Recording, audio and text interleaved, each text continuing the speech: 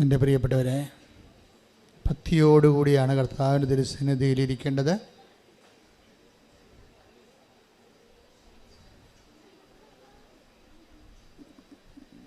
ഭക്തിയിൽ ഒരു രക്തത്തിൻ്റെ കണ്ടൻ്റ് ഉണ്ട്. ശരിക്കും ഇക്ത എന്ന പ്രത്യയം സംസ്കൃതത്തിൽ ഒട്ടുന്നത് എന്നതിൻ്റെ അർത്ഥം. നമ്മുടെ രക്തത്തിലൊരു ഇക്തയുണ്ട്, ഭക്തിയിലൊരു ഇക്തയുണ്ട്. ഒട്ടാത്ത ഭക്തിയൊക്കെ അഭ്യാസങ്ങളാണ്. ഭക്തി എന്ന് വെച്ചാൽ പറഞ്ഞാൽ നിങ്ങൾ സ്നേഹത്തിൽ അവനോട് ഒട്ടി നിൽക്കണം. ദൈവത്തോട് ഒട്ടി നിൽക്കാൻ ഏറ്റവും നല്ലത്, ചേർന്ന് നിൽക്കാൻ ഏറ്റവും നല്ലത് ദൈവസ്നേഹമാണ്. പൗലോസ് അപ്പോസ്തലൻ പറയും, നിങ്ങൾ സ്നേഹത്തിൽ ഒട്ടി നിൽക്കുവിൻ. ശ്രുതികട്ടെ ഹല്ലേലൂയ. ഉടമ്പടി നിങ്ങളെ എല്ലാ മേഖലകളിലും, ഭക്തിയുടെ മേഖലകൾ, വിശ്വാസത്തിൻ്റെ മേഖലകൾ, ദൈവസ്നേഹത്തിൻ്റെ മേഖലകൾ, ഉപവിയുടെ മേഖലകൾ, കുദാശകളുടെ മേഖലകൾ, സുവിശേഷ കൈമാറ്റത്തിൻ്റെ മേഖലകൾ, ഇങ്ങനെ എല്ലാ ആധ്യാത്മികതയുടെ എല്ലാ മേഖലകളിലും ഉടമ്പടി നിങ്ങളെ ഉണർത്തുകയും വളർത്തുകയും ചെയ്യാം.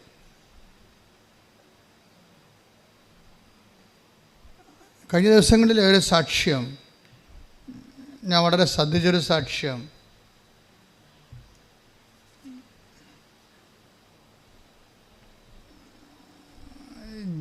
ജോസ്മി ഇടുക്കി എന്നുള്ള സാക്ഷ്യമാണ്. ജോസ്മിയുടെ സാക്ഷ്യം അവസാനിക്കുന്നത്, ഉടമ്പടി ജീവിതത്തിൽ ഇനിയും എനിക്ക് വളരണം. അവർ എഡ്യൂക്കേറ്റഡ് ലേഡിയാണ്. അപ്പോൾ എഡ്യൂക്കേറ്റഡ് ആയിട്ടുള്ള ആൾക്കാർ, നല്ല വിദ്യാഭ്യാസമുള്ള ആൾക്കാർ, അവർ ഉടമ്പടി എടുക്കുമ്പോൾ അവർക്കിതിൻ്റെ റാഷണൽ സൈഡ്, ഇതിൻ്റെ അകത്ത് ഉപയോഗിച്ചിരിക്കുന്ന ബിബ്ലിക്കൽ റാഷണാലിറ്റി ശരിക്കും മനസ്സിലാകും. കാര്യം ഇതിൻ്റെ അകത്ത് ഉപയോഗിച്ചിരിക്കുന്നത്, ഇപ്പോൾ നമുക്ക് ഉദാഹരണത്തിന് നമ്മുടെ ഉടമ്പടി നിലനിൽക്കുന്നത് എന്തിലാണ്? Not by merit but by grace. ലോകം മുഴുവനും അറിയാവുന്നതും എന്നോട് ആദ്യം വെളിപ്പെടുത്തിയ സൂത്രമാണിത്. സൂത്രം എന്ന് വെച്ച് കഴിഞ്ഞാൽ ഭാരതീയത്തിൽ സൂത്രമെന്നാണ് ടെക്നിക്ക്. ആധ്യാത്മികമായ എല്ലാ വിഷയങ്ങളെയും ഭാരതീയർ സൂത്രമെന്നാണ് വിളിക്കുന്നത്. വെച്ച് കഴിഞ്ഞാൽ നമ്മൾ പറയുന്നത് ഉപായമല്ല, മറിച്ച് സൂത്രമെന്ന് പറഞ്ഞാൽ അതിൻ്റെ ടെക്നിക്ക്, അതിൻ്റെ തന്ത്രവിദ്യ, അതിനാണ് സൂത്രം. അപ്പോൾ ഇതിൻ്റെ ഉടമ്പടിയിൽ ആദ്യം വന്ന തന്ത്രവിദ്യ രക്ഷാകരമായ അനുഭവത്തിൻ്റെ തന്ത്രവിദ്യയാണ്. അതെന്താണ്? Not by merit but by grace. അപ്പോൾ ഉടമ്പടി ജീവിതത്തെ കാണുന്നത്, ജീവിതത്തെ മുഴുവനായിട്ട്, ജീവിത സാഹചര്യങ്ങളെ കാണുന്നത് തന്നെ, നമ്മുടെ ജീവിതം നമ്മൾ എത്ര മെറിറ്റോറിയസ് ആയാലും നമ്മളുടെ ഏറ്റവും വലിയ കോൺഫിഡൻസിൻ്റെ അടിസ്ഥാനം നമ്മുടെ മെറിറ്റാണ്, അല്ലേ? മനുഷ്യൻ്റെ കോൺഫിഡൻസിൻ്റെ അടിസ്ഥാനം എന്ന് വെച്ചാൽ ആത്മവിശ്വാസത്തിൻ്റെ, മനുഷ്യൻ്റെ ആത്മവിശ്വാസത്തിൻ്റെ അടിസ്ഥാനം എന്താണ്? അവൻ്റെ മെറിറ്റ് എന്ന് വെച്ചാൽ യോഗ്യത, അല്ലേ? ഇപ്പോൾ വിദ്യാഭ്യാസമുണ്ട്, എക്സ്പീരിയൻസ് ഉണ്ട്, അപ്പോൾ ജോലി കിട്ടാനുള്ള യോഗ്യത, നമുക്ക് ആത്മവിശ്വാസമുണ്ട്, ഇല്ലേ? അപ്പോൾ അതുപോലെ നമുക്ക് ആത്മവിശ്വാസം തരുന്ന കുറേ സംഭവമുണ്ട്. നമ്മൾ ഈ ആൾക്കാരൊക്കെ ബ്യൂട്ടി പാർലറൊക്കെ പോകണത് എന്തിനാണ്? കോൺഫിഡൻസിനാണ്. ചെരുപ്പിൻ്റെ പരസ്യം പോലും എന്താണ്? ഈ ചെരുപ്പിട്ടാൽ നിങ്ങൾക്ക് കോൺഫിഡൻസ് ഉണ്ടാകുമെന്ന് പറയുന്നവർ, അല്ലേ? ഈ കോൺഫിഡൻസ് ഒരു പ്രോബ്ലമാണ്. ആത്മവിശ്വാസത്തിന് സാധാരണ ആൾക്കാർ യൂസ് ആൻഡ് ത്രോ ആയിട്ടുള്ള സാധനങ്ങളാണ് ഉപയോഗിക്കുന്നത്. ബൈബിൾ ഉപയോഗിക്കുന്നത് യൂസാന്ത് ഉപയോഗിക്കുക, എറിഞ്ഞു കളയുക എന്നുള്ള സംഭവം, ഡിസ്പോസിബിളായിട്ടുള്ള സൂത്രങ്ങളാണ് സാധാരണ മനുഷ്യൻ. ഇപ്പോൾ ചെരുപ്പ് നമ്മൾ ഉപയോഗിച്ച കുറച്ച് നടന്ന് അങ്ങോട്ടേക്ക് നോക്കുമ്പോൾ നമുക്കൊരു ആത്മവിശ്വാസം തോന്നുമായിരിക്കും. മറ്റുള്ള മുമ്പിൽ അത്ര കുറഞ്ഞ പുള്ളിയല്ല ഞാനെന്നുള്ള, അതൊരു ആത്മവിശ്വാസം. അപ്പോഴേ ഒരു വ്യക്തിക്ക് സമൂഹത്തിൽ ഉണ്ടാകേണ്ട ഒരു നിലനിൽപ്പാണ് ഈ ആത്മവിശ്വാസം എന്ന് ഭൗതികമായി പറയണത്. പക്ഷേ ഇതിൻ്റെ പ്രോബ്ലം എന്ന് വെച്ചാൽ, ആ ചെരുപ്പിൻ്റെ വള്ളി കുറച്ച് കഴിയുമ്പോൾ കഴിഞ്ഞാൽ പൊട്ടിപ്പോകും. അപ്പോൾ ആത്മവിശ്വാസവും പൊട്ടിപ്പോകും, ഇല്ലേ? ആത്മവിശ്വാസം പൊട്ടി. അപ്പോൾ ബൈബിള് ഇങ്ങനെയുള്ള ടെമ്പറൽ തിങ്സ് ഉപയോഗിക്കത്തില്ല ആത്മവിശ്വാസത്തിന്. എന്നും നിലനിൽക്കുന്ന ബൈബിൾ എപ്പോഴും പറയുമ്പോൾ നിലനിൽക്കുമോ ഇല്ലേ എന്നേ പറയത്തുള്ളൂ. ഒരു സാധനം ട്രൂ ആണോ അല്ലെങ്കിൽ ഫോൾസ് ആണോ ഫേക്ക് ആണോ എന്ന് ബൈബിൾ പറയണത് നിലനിൽക്കുമോ ഇല്ലേ എന്നുള്ള അടിസ്ഥാനത്തിലാണ് പറയണത്. നിലനിൽക്കാത്ത എല്ലാം ബൈബിൾ പറയും ഫോൾസ് ആണെന്ന് പറയും. അതുകൊണ്ട് നിലനിൽക്കാത്തതുമേ നിങ്ങൾ അറ്റാച്ച് ചെയ്യരുതെന്ന് പറയും.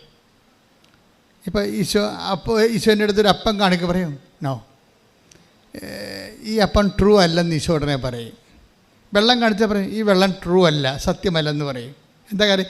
ഈ വെള്ളം കുടിച്ചാൽ പിന്നെയും ദാഹിക്കും, അതാണ് പ്രശ്നം. ഈ അപ്പം കഴിച്ചാൽ പിന്നെ വിശക്കും. അപ്പോൾ ഈ ബൈബിളിൻ്റെ ഒരു രീതി വെച്ച് കഴിഞ്ഞാൽ ടെമ്പറൽ തിങ്സ് എടുത്തിട്ട് പറയും ഇതിനെ അറ്റാച്ച് ചെയ്യരുതെന്ന് പറയും. അറ്റാച്ച് എന്ന് വെച്ച് കഴിഞ്ഞാൽ നിങ്ങൾക്ക് അറ്റാച്ച് ജപ്തിയുടെ കാലഘട്ടത്തിലെ അറ്റാച്ച്മെൻറ്റ് നിങ്ങൾക്ക് മനസ്സിലാകാൻ പെട്ടെന്ന് അല്ലേ? എന്ന് വെച്ച് കഴിഞ്ഞാൽ നമ്മുടെ വസ്തു നമ്മുടെ എതിരാളിയുടെ വസ്തുവുമായിട്ട് അറ്റാച്ച് ചെയ്ത് കളയും, പിന്നെ വസ്തു വിൽക്കാൻ പറ്റത്തില്ല.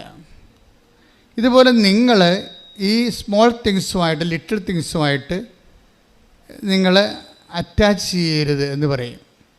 എന്നിട്ട് പറയും ഞാൻ എന്നിട്ട് അറ്റാച്ച് ചെയ്യാതിരിക്കാൻ വേണ്ടി എന്ത് ചെയ്യും? നിങ്ങൾ ഡിറ്റാച്ച് ആകണം, അതിൽ നിന്ന് നിങ്ങൾ അകന്ന് നിൽക്കണം.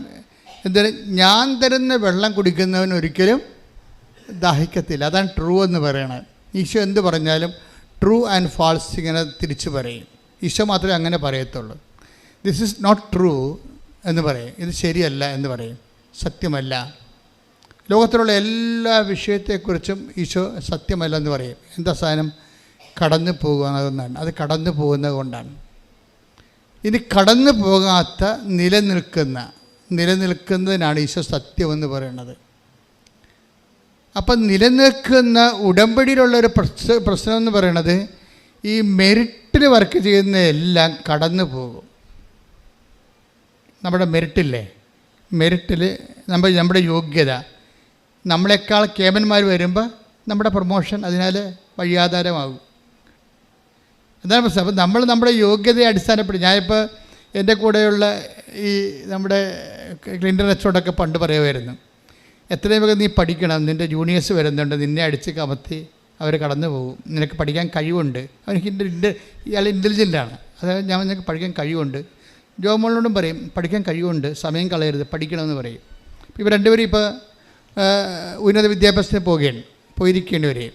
ഇപ്പോൾ എന്താ പ്രശ്നം വെച്ച് കഴിഞ്ഞാൽ അതൊരു ടൈമാണ്. വിദ്യാഭ്യാസത്തിനൊരു ടൈമുണ്ട്, യുദ്ധത്തിനൊരു ടൈമുണ്ട്, വീട് പണിയാനൊരു സമയമുണ്ട്, ഇതെല്ലാത്തിനും ഒരു ടൈമുണ്ട്. യുദ്ധത്തിന് പോയി അപ്പം അത് അത് ബൈബിളിൻ്റെ നിലപാടുകളാണത്. അത് ഒരു ടൈമാണെങ്കിൽ നിങ്ങൾക്ക് നിങ്ങളുടെ മനസ്സിൽ ദൈവം പറയും ദിസ് ഈസ് ദ ടൈം എന്ന് പറയും. അത് നിങ്ങളുടെ മനസ്സിൽ പറയും. പരിശുദ്ധാത്മാവിൻ്റെ മനസ്സിൽ നീ അത് ഇൻവെസ്റ്റ് ചെയ്യേണ്ട ടൈം ഇതാണെങ്കിൽ നിനക്ക് പരിശുദ്ധാത്മാവായിട്ട് കണക്ഷൻ ഉണ്ടെന്നുണ്ടെങ്കിൽ നിനക്ക് ഈ ടൈമിൽ ആ ടൈമിൽ തരും നിന്നോടത് ചെയ്യാൻ പറയും. പക്ഷെ അത് അവിടെ മെറിറ്റ് ഇല്ലെങ്കിലും പിന്നെ എന്ത് ചെയ്യും? ഗ്രേസിൽ വർക്കൗട്ട് ചെയ്യും. ഗ്രേസ് ആണ് ബൈബിൾ ലക്ഷ്യം വെക്കുന്ന ഒരു സംഭവം. എൻ്റെ മക്കൾ ഇപ്പോൾ ഈ മിസ്മി ഇവരുടെ എന്താണ് അവർ ജോസ്മി പറഞ്ഞത് എന്താണ്? ഉടമ്പടി ജീവിതത്തിൽ ഇനിയും എനിക്ക് വളരണം. അപ്പോൾ അവർക്ക് മനസ്സിലായി ഉടമ്പടിയിൽ നമ്മൾ പറയുന്ന ആൾക്കാർ പറയുന്ന സാക്ഷ്യങ്ങളല്ല, അതിൻ്റെ അപ്പുറത്ത് ഉടമ്പടിയിൽ ഡിഗ് ചെയ്യാൻ ഒത്തിരി സാധ്യതകളുള്ള ഒരു സന്നിധാനമാണെന്ന് അവർ എഡ്യൂക്കേറ്റഡ് ആയത് കാരണം അവർക്ക് മനസ്സിലാകുന്നുണ്ട്. അതാണ് ഉടമ്പടി ജീവിതത്തിൽ എന്നാണ് പറയുന്നത്. ഉടമ്പടി ഒരു ജീവിതമാണ്, അല്ലാതെ എപ്പോഴെങ്കിലും വന്ന് എന്തെങ്കിലും എഴുതിയിട്ടിട്ട് അത് കാര്യം സാധിച്ചുകൊണ്ട് പോകുന്ന ടെമ്പറൽ ആയിട്ടുള്ള നടപടിയല്ല. നിങ്ങളെപ്പോഴും വരുമ്പോൾ ഈ ടെമ്പറലായിട്ട് എന്തെങ്കിലും ഒരു കാര്യം സാധിച്ച് പോകാൻ വേണ്ടിയുള്ള ഒരു minimum program for the short time കോഴ്സായിട്ട് വരികയാണെങ്കിൽ ഉടമ്പടിയിൽ അത് നടക്കും. പക്ഷെ ദൈവം ഉടമ്പടിയുടെ അതായത് അൾട്ടിമേറ്റ് ഇതിൻ്റെ ഉടമ്പടിയുടെ ആത്യന്തികമായ നിയോഗമെന്ന് പറയണത് പ്രസൻസ് ഓഫ് ഗോഡും അത് എത്തിക്കണം നിത്യതയുമാണ്.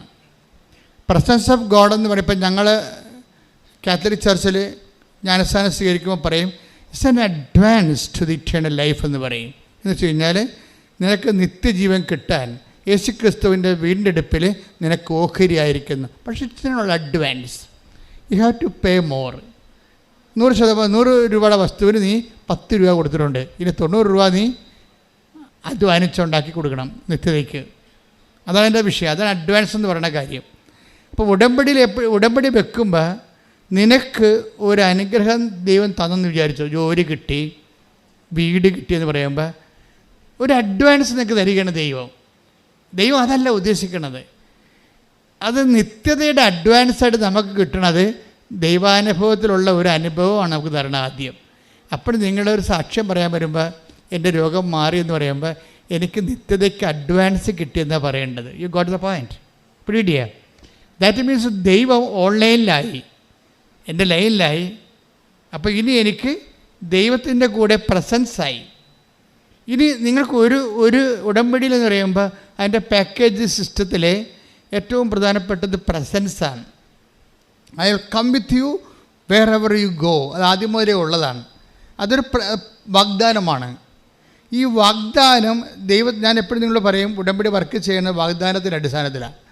അപ്പോൾ 8850 വാഗ്ദാനങ്ങളാണ് ഹോൾ ബൈബിളുള്ളത്. ഈ വാക്കിൻ്റെ ഉള്ളിലെല്ലാം ദാനം വെച്ചിട്ടുണ്ട്. അതിൻ്റെ അകത്ത് അനുദിന ജീവിത ദാനങ്ങളുണ്ട്, നിത്യജീവിത ദാനങ്ങളുണ്ട്. അപ്പോൾ നിത്യജീവിത ദാനങ്ങളെക്കുറിച്ച് നിനക്ക് കാഴ്ചപ്പാടില്ലാതെ അത്യാവശ്യം വേണ്ട ഒരു ഭൗതിക കാര്യങ്ങൾക്ക് വേണ്ടി മാത്രമാണ് നീ ദൈവത്തെ ഈശോ പറയും ഈ ജീവിതത്തിന് വേണ്ടി മാത്രമാണെന്ന് പറയല്ലേ. Take the bed of God. ഒന്ന് കൊറിന്ത്യസ് 15:19 ശ്രുതികട ഹല്ലേലൂയ ഹല്ലേലൂയ ഹല്ലേലൂയ ഹല്ലേലൂയ യേശുവേ നന്ദി ഹല്ലേലൂയ ഹല്ലേലൂയ ഹല്ലേലൂയ ഹല്ലേലൂയ ഹല്ലേലൂയ. 1 കൊരിന്തോസ് 15:19 ഈ ജീവിതത്തിന് വേണ്ടി മാത്രം ക്രിസ്തുവിൽ പ്രത്യാശ വച്ചിട്ടുള്ളവരാണെങ്കിൽ നമ്മൾ എല്ലാ മനുഷ്യരെക്കാൾ നിർഭാഗ്യരാണ്.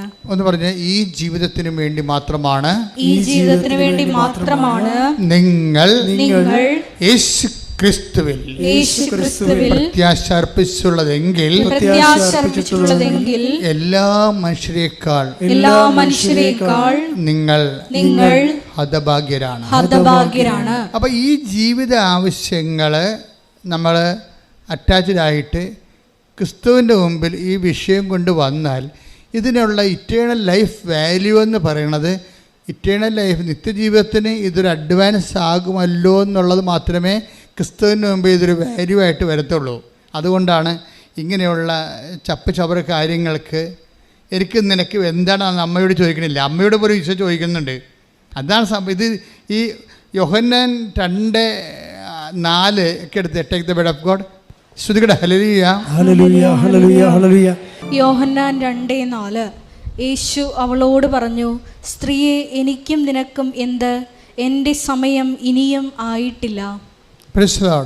അപ്പം ഈ യോഹന്നാൻ 2:4 സ്ത്രീയെ എനിക്കും നിനക്കും എന്ത് എന്നുവെച്ചാൽ ഈ ചവറ് കാര്യങ്ങൾക്ക് വേണ്ടി യേശുവിനെ അവിടെ കക്ഷിയാക്കുന്നതിനോട് ക്രിസ്തുവിനുള്ള സ്വാഭാവികമായ വിയോജിപ്പിൻ്റെ കാര്യം നിത്യതയ്ക്ക് ഇതുമായിട്ട് ബന്ധമില്ല എന്നുള്ളതാണ്. അനുദിന ജീവിതത്തിന് മാത്രമേ ബന്ധമുള്ളൂ. അതിൻ്റെ കാരണം ഈ 1 കൊരിന്തോസ് 15:19 എന്താണ് എന്ന് പറഞ്ഞ് ഈ ജീവിതത്തിന് വേണ്ടി മാത്രമാണ്, ഈ ജീവിതത്തിന് വേണ്ടി മാത്രമാണ് നിങ്ങൾ യേശു ക്രിസ്തുവിനെ പ്രത്യാശ അർപ്പിച്ചെങ്കിൽ എല്ലാ മനുഷ്യരെക്കാളും നിങ്ങൾ ഹതഭാഗ്യരാണ്. അപ്പൊ എപ്പോഴും ഇതിൻ്റെ ഉടമ്പടി ഫയറാകാനുള്ള എളുപ്പം നിങ്ങൾക്ക് ഈ അഡ്വാൻസ് എല്ലാം തരും ദൈവം. പക്ഷെ ആ സമയത്ത് തന്നെ ദൈവമേ നിന്നിൽ നിന്ന് ചോദിക്കേണ്ടതും നീ എനിക്കറിഞ്ഞ് തരേണ്ടതും ബേസിക്കായിട്ട് അനുദിന ജീവിതമല്ല.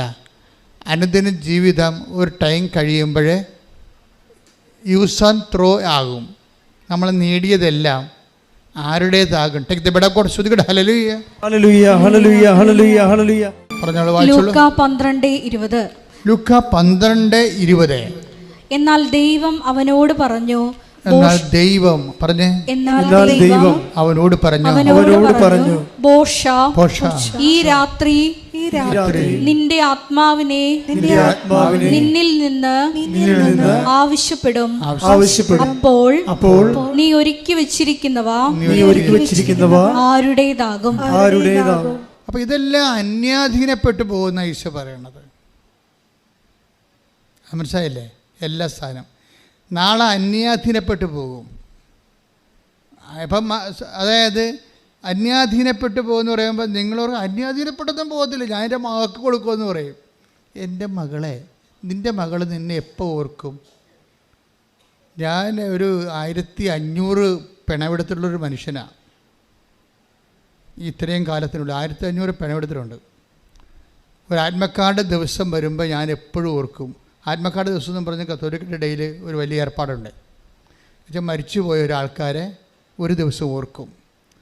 അപ്പോഴവരുടെ മക്കളും മരുമക്കളും ബന്ധുക്കളും സ്വന്തപ്പെട്ടെല്ലാം വന്ന് അവർ മരിച്ചടക്കിയ കുഴി വൃത്തിയും മെനയുമായിട്ട് വൃത്തിയാക്കും. ഇത് പൂക്കളും തിരികളും ചന്ദനത്തിരിയും ഒക്കെ വെച്ചിട്ട് ആത്മശാന്തിക്ക് വേണ്ടി പ്രാർത്ഥിക്കും. ഭയങ്കരമായ ഒരു ഫീലുള്ള ദിവസമാണത്.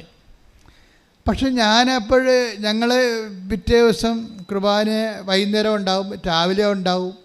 ഈ കുർബാനയെല്ലാം കഴിഞ്ഞ് ഇവർക്ക് അനിത പാടുന്ന ഒരു സംഭവമുണ്ട്. അപ്പം അനിത പാടി ഞങ്ങൾ ഒരു അറ്റത്ത് ഇടത്ത് തൊട്ട് വലത് വരെ ഇങ്ങനെ റെസ്പോൺസ് അല്ലെങ്കിൽ ഓഫീസൊക്കെ പാടി, അതൊരു പ്രത്യേക പ്രാർത്ഥനയാണ്. ഓഫീസ് എന്ന് പറയുന്നത് മരിച്ചവർക്ക് വേണ്ടിയുള്ള പ്രത്യേക സങ്കീർത്തന പ്രാർത്ഥനയാണ്. ഇത് പാടിപ്പാടി ഓരോ കുഴിക്കലും പാടി ചെല്ലുമ്പോഴേ ചില കുഴിക്കൽ വരുമ്പോൾ ഗ്യാപ്പാകും. അപ്പോൾ അവിടെ പൂവില്ല, അവിടെ തിരിയില്ല, അവിടെ പുകയില്ല, ഒന്നുമില്ല, പുല്ല് പിടിച്ച് കിടക്കുകയാണ്.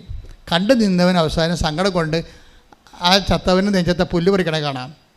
അപ്പം ഞാൻ കപ്പേരനോട് ചോദിക്കും. കപ്പേരെന്ന് പറയണത് ഞങ്ങളുടെ ഇടയിലുള്ള ഒരു സാക്സൺ ഇടവകയിൽ അർത്ഥാള ശുശ്രൂഷകനാണ്. അപ്പോൾ കപ്പേരോട് ചോദിക്കും, ആ കുഴിക്കൽ ആരുമില്ലേ?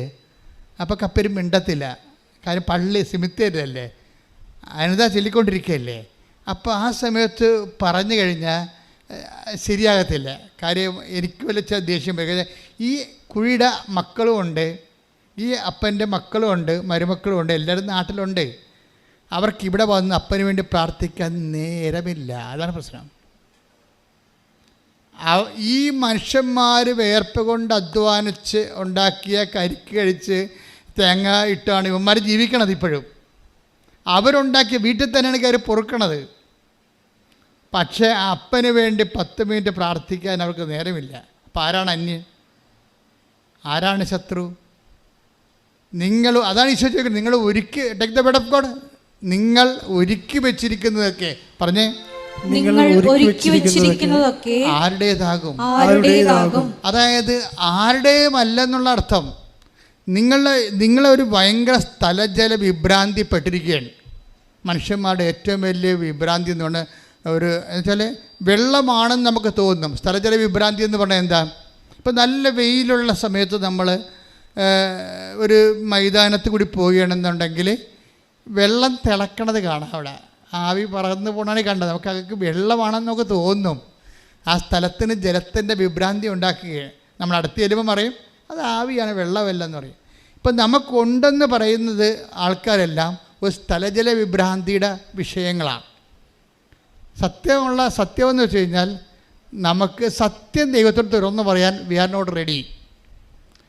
സത്യം ദൈവത്തോട് തുറന്ന് പറയണമെങ്കിൽ നിങ്ങൾ ആ സിറ്റുവേഷനിലേക്ക് വരണം.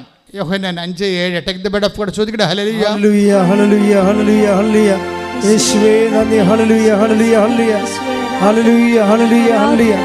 യോഹന്നാൻ 5:7 അവൻ പറഞ്ഞു കർത്താവേ, വെള്ളമിളകുമ്പോൾ എന്നെ കുളത്തിലേക്ക് ഇറക്കാൻ ആരുമില്ല.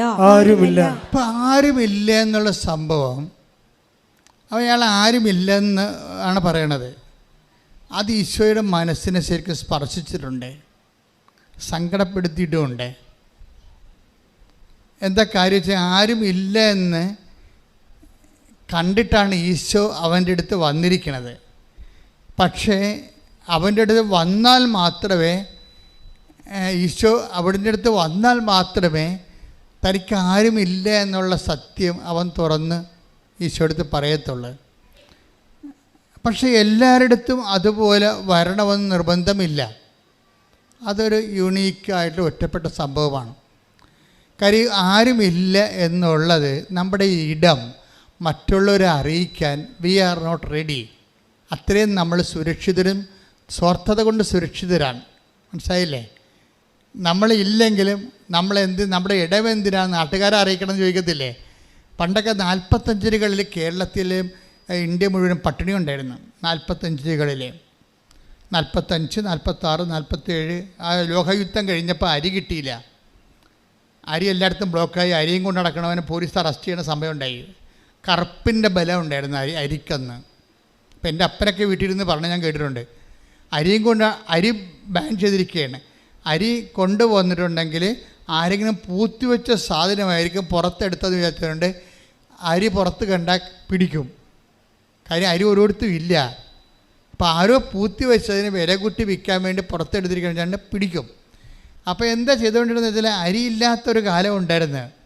അപ്പോൾ അരിയില്ലാത്തൊരു കാലത്ത് മനുഷ്യന് ഒരു നേരം ആഹാരമുണ്ട്. അപ്പോൾ ചില അമ്മമാരെന്ത് ചെയ്യുമെന്ന് വെച്ച് കഴിഞ്ഞാൽ ഒരു ഉച്ചക്ക് 12 മണിയാകുമ്പോൾ ചവറക്കൊക്കെ കൂട്ടിയിട്ടിട്ട് അടപ്പിലിട്ട് കത്തിച്ച് പുക ഉണ്ടാക്കും. എന്താണ് നാട്ടുകാർ അവിടെ അരിവെപ്പുണ്ടെന്ന് അറിയണം. നിസ്സാര കാര്യമല്ല. നമ്മൾ കടന്നു പോകുന്ന വഴികൾ നിസ്സാരമല്ല. അവിടെ ഞങ്ങളുടെ വീട്ടിൽ അരിവെപ്പുണ്ട്, ഞങ്ങൾ പട്ടിണി കിടക്കണില്ല. ഇതാണ് നമ്മുടെ ഇടമെന്ന് പറയും. അപ്പം നമ്മുടെ ഇടം മറ്റുള്ളവരെ അറിയിക്കാതിരിക്കാൻ വേണ്ടിയാണ് ചവറ് കൂട്ടി കുപ്പ ഇട്ടിട്ട് ഈ നാട്ടുകാരെ പുക കാണിക്കണത്. അപ്പോൾ നമ്മൾ കടന്നു പോകുന്നത്, നിങ്ങൾ പൈസയൊക്കെ ഉപയോഗിക്കുമ്പോൾ അപ്പന്മാർ കടന്നു പോകുന്ന വഴികൾ നമ്മൾ ഓർക്കണം. പൈസ ദൂരത്തടിക്കുമ്പോഴേ നമ്മൾ കടന്നു പോകുന്ന വഴികൾ ഓർക്കണം. അന്ന് അവരുടെ ആ മുണ്ടുമുറുക്കി കൊടുത്ത ഒരു കാലത്ത് അവർ കൊന്തയും കണ്ണീരുമായിട്ട് കർത്താവിൻ്റെ മുമ്പിൽ നിന്നതാണ് ഇന്ന് നമ്മൾ രക്ഷപ്പെട്ടിരിക്കുന്നത്. അപ്പോൾ ഓർത്തേക്കണം. പിന്നെ നമ്മൾ ചിലർ രക്ഷപ്പെടാത്തതിൻ്റെ കാരണം നമ്മൾ ആളാകാൻ വേണ്ടി നാട്ടുകാരിൽ നിന്ന് എല്ലാം നടന്ന് കടം മേടിച്ച് പരസ്യപ്രാന്തന്മാരായി മാറിയത് കൊണ്ടാണ്. ആവശ്യമില്ലാത്ത സ്ഥലത്ത് നിന്നൊക്കെ നമ്മൾ കടം മേടിക്കും. ഇപ്പോൾ ഒരു ചില വീടുകളെ കുഴപ്പമില്ല. ചില വീടുകളെ കുർബാനയ്ക്കുള്ള കഴിയുമ്പോൾ അവർ പാപ്പരാകും. കുർബാനയ്ക്കുള്ള കഴിയുമ്പോൾ പാപ്പരാകും. അത് പണ്ട് മുതലേ ഉള്ള ഒരു പരിപാടിയാണ്. കുർബാനയ്ക്കുള്ള എന്ന് വെച്ച് ആവശ്യമുള്ളവരെ ഇല്ലാത്തവരെ ഇപ്പോൾ പണ്ട് കുർബാനയ്ക്കുള്ള പരിഞ്ഞപ്പൻ തലയോട്ടമ്മ ഓക്കെ ക്ലിയർ.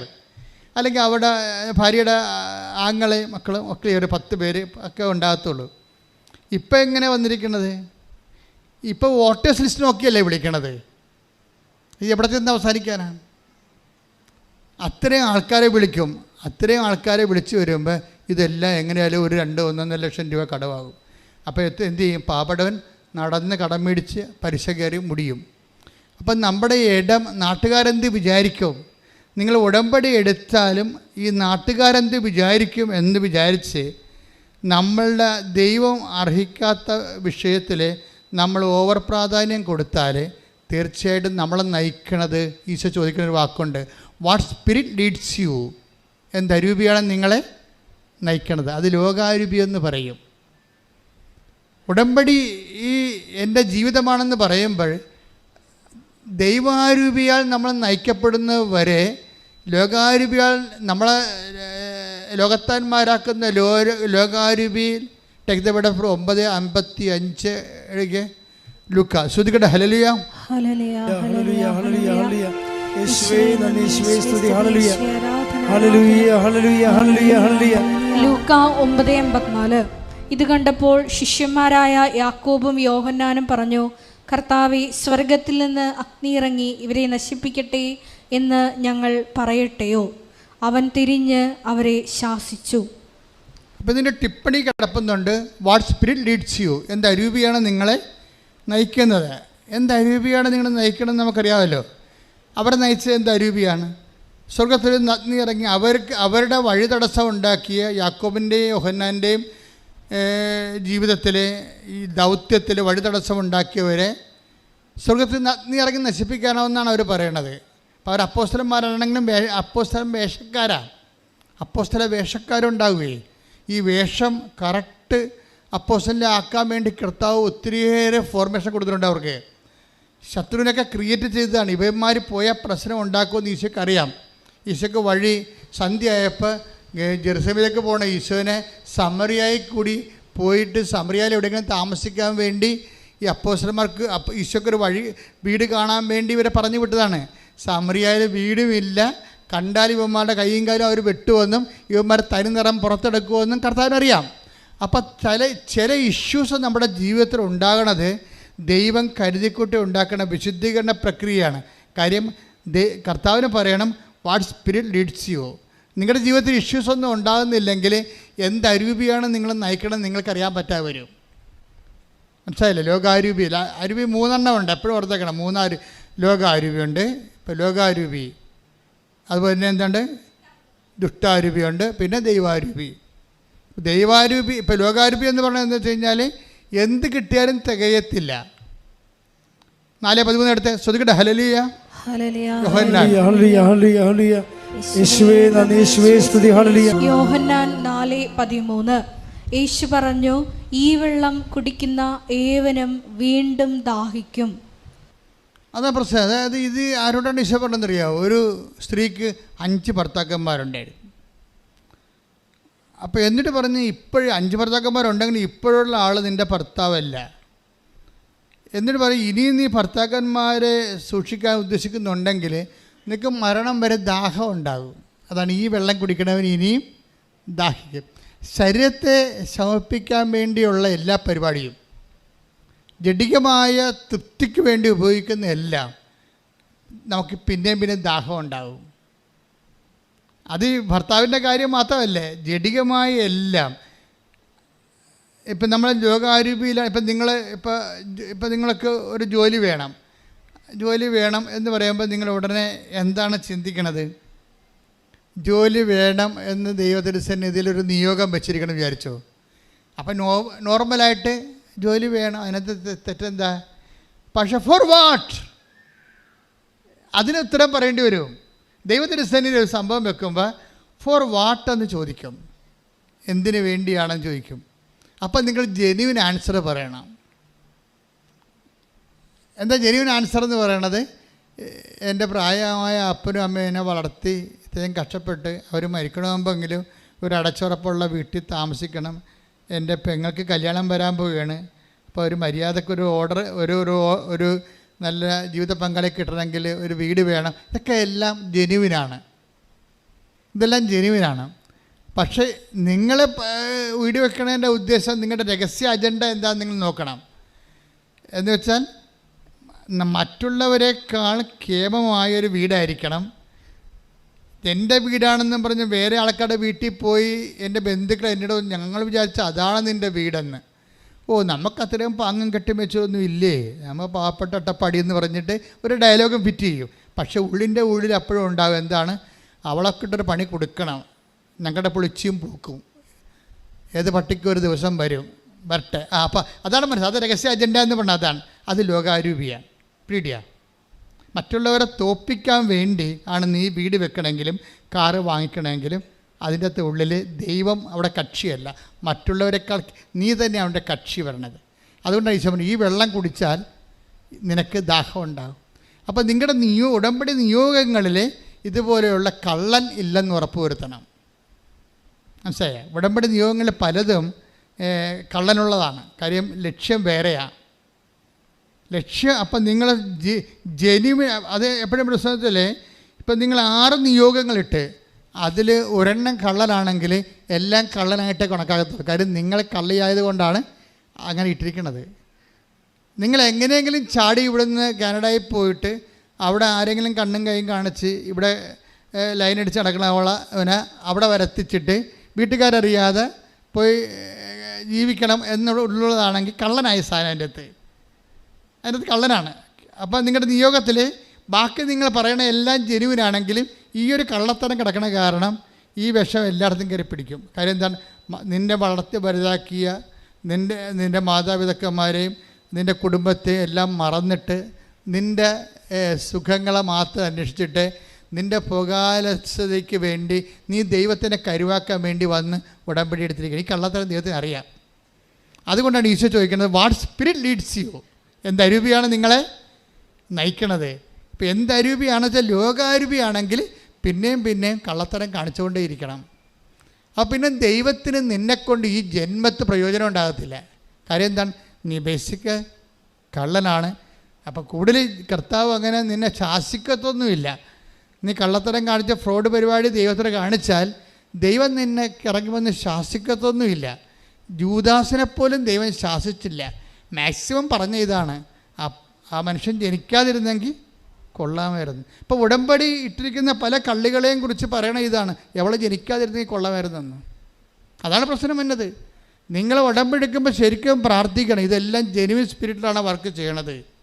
ഇതിനകത്ത് കള്ളത്തരങ്ങൾ വല്ലതും ഉണ്ടാ, മറ്റുള്ളവർ പണി കൊടുക്കാൻ വേണ്ടിയാണോ, അതോ എനിക്ക് ആൾ കളിക്കാൻ വേണ്ടിയാണോ ഞാൻ ഇതെല്ലാം ഈ ഭൗതിക നേട്ടങ്ങൾ നേടുന്നത്? അതുകൊണ്ടാണ് ബൈബിൾ പറയണത് നിങ്ങൾക്ക് സ്നേഹമായിരിക്കണം നിങ്ങളുടെ ലക്ഷ്യം. ലക്ഷ്യത്തിൻ്റെ അകത്ത് സ്നേഹം മാത്രമേ പാടുള്ളൂ.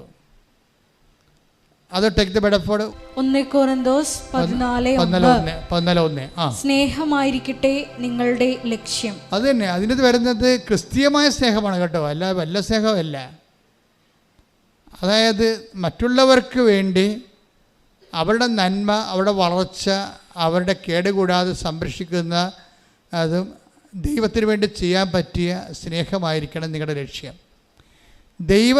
ദൈവത്തിന് വേണ്ടി മനുഷ്യനെ ഏത് സാഹചര്യത്തിലും സന്ധിക്കാൻ പറ്റിയ ഒരു സ്നേഹമായിരിക്കണം നിങ്ങളുടെ. അപ്പം നിങ്ങൾ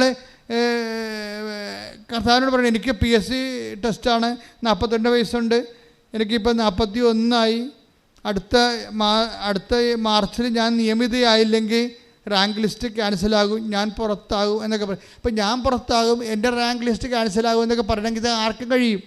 അതിന് കെട്ടിയെടുത്ത് ഒരു ഉടമ്പടി ക്രിസ്ത്യാനി ആകേണ്ട ഒരു കാര്യമില്ല. പക്ഷേ നിങ്ങൾ പറയേണ്ട ഇതാണ്, എനിക്ക് ഇത് നീ തന്നാൽ എൻ്റെ ജീവിതത്തിൽ പറ്റുന്ന സഹായമെല്ലാം ഞാൻ എല്ലാവർക്കും ചെയ്യും. അത് നീ പറയണം ദൈവത്തോട്. എവിടെയാണ് എൻ്റെ സഹായം ആവശ്യമായി വരണത് അതെല്ലാം ഞാൻ ചെയ്യും. കാര്യം ക്രിസ്ത്യാനിറ്റിയിലുള്ളൊരു പ്രശ്നം, അത് ആളെ ഇങ്ങോട്ട് എടുക്കണമെങ്കിൽ കഴുകിയേ എടുക്കത്തുള്ളൂ, കഴുകാത്ത ഒരു സാധനത്തിനും എടുക്കത്തില്ല. അതാണ് ആളെ എടുക്കണമെങ്കിൽ ആളെ ആ ക്രിസ്ത്യ വിശ്വാസത്തിലേക്ക് ക്രിസ്തുവിനെ. ഇപ്പം നീ ഇപ്പോൾ ന്യായസഭയുടെ മതം മാറാറൊന്നും ഞാൻ പറയത്തില്ല, അതെൻ്റെ സബ്ജക്റ്റുമല്ല. പക്ഷേ നീ ക്രിസ്തുവിന് നിനക്ക് ഓഹരി വേണമെന്നുണ്ടെങ്കിൽ നിന്നെ ദൈവം കഴുകിയെടുക്കത്തുള്ളൂ. അതിനാണ് ജ്ഞാനസ്ഥാനം എന്ന് പറയണത്. വെച്ച് കഴിഞ്ഞാൽ നീ വിശുദ്ധീകരിക്കണം, നിലപാടിൽ വിശുദ്ധീകരിക്കണം, നയത്തിൽ വിശുദ്ധീകരിക്കണം, നടപടിക്രമങ്ങൾ വിശുദ്ധീകരിക്കണം, നിൻ്റെ നിലനിൽപ്പിൽ വിശുദ്ധീകരിക്കണം. എല്ലാ മേഖലകളിലും ക്രിസ്തുവായിരിക്കണം, ക്രിസ്തുവിൻ്റെ സ്നേഹമായിരിക്കണം നമ്മുടെ ലക്ഷ്യം. കൈയടിക്കട്ടെ, ശ്രദ്ധിക്കട്ടെ. അപ്പോൾ ഉടമ്പടി ജീവിതത്തിൽ ഇനിയും എനിക്ക് വളരണമെന്ന് ജോസ്മി പറയുമ്പോൾ, ഉടമ്പടി ജീവിതം ഒരു വളർച്ചയുടെ ജീവിതമാണ്. വളർച്ചയുടെ ജീവിതം വെച്ച് കഴിഞ്ഞാൽ തീരാത്ത വളർച്ചയാണ്. ഇതിൻ്റെ ഒന്നാം ഘട്ടം ഇപ്പം തന്നെ ഇന്നലെ ഒരു രതി എന്നും പറഞ്ഞൊരു മോഡ് സാക്ഷ്യം പറഞ്ഞു. അവൾ എത്രാമത്തെ സാക്ഷ്യമാണ് ഈ പറയണമെന്നറിയാവോ? 7ാമത്തെ സാക്ഷ്യമാണ് ഈ പറയണത്. ആമയും മുയലും തമ്മിലുള്ള ഓട്ടം പോലെയാണ്. മുയൽ ഉറങ്ങുന്നുണ്ട്, ആമ ലീഡ് ചെയ്യുന്നുണ്ട്. ഇതാണ് സംഭവം. വിശ്വാസത്തിൽ ഇവിടെ ആമയല്ലായിരുന്നോ? വിശ്വാസം നേരത്തെ സ്വീകരിച്ച പാരമ്പര്യ ക്രിസ്ത്യാനിയല്ലേ മുയൽ അവിടെ. പക്ഷേ മുയൽ ഉറങ്ങിപ്പോകുന്ന ആമ ലീഡ് ചെയ്യുന്ന കാഴ്ചയാണ് കാണുന്നത്. എന്താ കാര്യം? രതിയുടെ ഉടമ്പടി 10ാമത്തെ ഉടമ്പടിയാണ്. 10ാമത്തെ ഉടമ്പടിക്ക് 7ാമത്തെ സാക്ഷ്യം പറയണമെന്ന് പറയുമ്പോൾ എന്താ സംഭവം? അപ്പോൾ ഉടമ്പടി ഒരു വലിയ സാധ്യതകളുടെ, ദൈവാനുഭവങ്ങളുടെ ഒരു കലവറയാണത്. അപ്പം നിങ്ങൾ ഉടമ്പടി എടുക്കുമ്പോൾ തന്നെ എങ്ങനെയെങ്കിലും 90 തികച്ചാൽ മതി എന്നാണ് പറയണത്, അല്ലേ? എങ്ങനെയെങ്കിലും 90 തികച്ചാൽ മതി. 90 ദിവസം എങ്ങനെയെങ്കിലും പിടിച്ച് നിൽക്കും 90 ദിവസം. അപ്പോൾ ദൈവത്തിന് അറിയാൻ പാടില്ല ഇത് 90 തികക്കാൻ വേണ്ടിയുള്ള 90 തികച്ചിട്ട് കാര്യം കാണാൻ വേണ്ടിയുള്ള അഭ്യാസമാണെന്ന്. അത് പാലും വെള്ളം ഒഴിക്കാത്ത തുളസിത്തറ പോലെ കരിഞ്ഞു പോയി സാധനം. നമ്മളെല്ലാ ദിവസവും തുളസിത്തറയെ സന്ധ്യ കൊണ്ടുവന്ന് നിങ്ങൾ കുളിയും ദേവാലയം കഴിഞ്ഞുകൊണ്ട് അതിൻ്റെ മുഖത്ത് പാലോ അല്ലെങ്കിൽ വെള്ളമോ തളിക്കത്തില്ലേ? തളിക്കുമ്പോൾ തളിക്കാതെ ചില വീട് വിട്ടു പോയ ആൾക്കാരുണ്ട്. ഫ്ലാറ്റെടുത്ത് അവിടെ പോയി എറണാകുളത്ത് പോയി താമസിക്കണവർ. അവർ പൊറുതിയും കഴിഞ്ഞ് വരുമ്പോൾ തുളസിത്തറ കാണാനില്ല, അത് ഒരു കരിഞ്ഞ് നിൽക്കണേ കാണാം. ആൾപ്പാർപ്പില്ലാത്ത തുളസിത്തറ കരിഞ്ഞു പോകും. അതുപോലെയുള്ള അനുഭവമാണ് ആത്മീയ ജീവിതത്തിലുണ്ടാകണത് പലപ്പോഴും.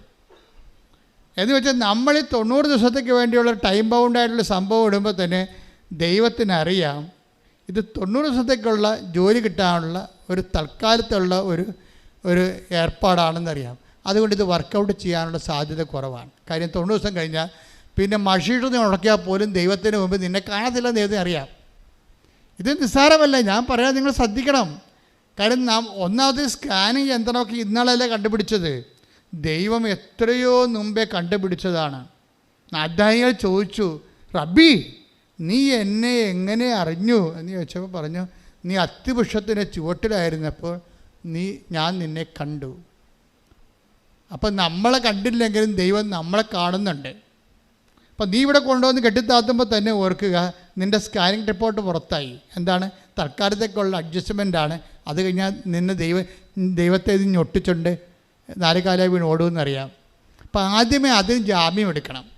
ഉടമ്പടി വർക്കൗട്ട് ചെയ്യാം. കർത്താവേ, ഉടമ്പടി ഒരു ജീവിതമാണെന്ന് എനിക്കറിയാം. പറഞ്ഞേ, കർത്താവേ ഉടമ്പടി ഒരു ജീവിതമാണെന്ന് എനിക്കറിയാം. ഉടമ്പടിയുടെ കാര്യങ്ങള് ദൈവസ്നേഹത്തിന്റെ സുവിശേഷ സാക്ഷി ജീവിതമാണ്. അതിന്റെ അന്ത്യം കാണാൻ എനിക്ക് അർഹത നൽകണമേ. എന്റെ ഉടമ്പടി ജീവിതത്തിൽ നീ വളർത്തണമേ. ഉടമ്പടി ജീവിതത്തിലെ നീ വളർത്തണമേ.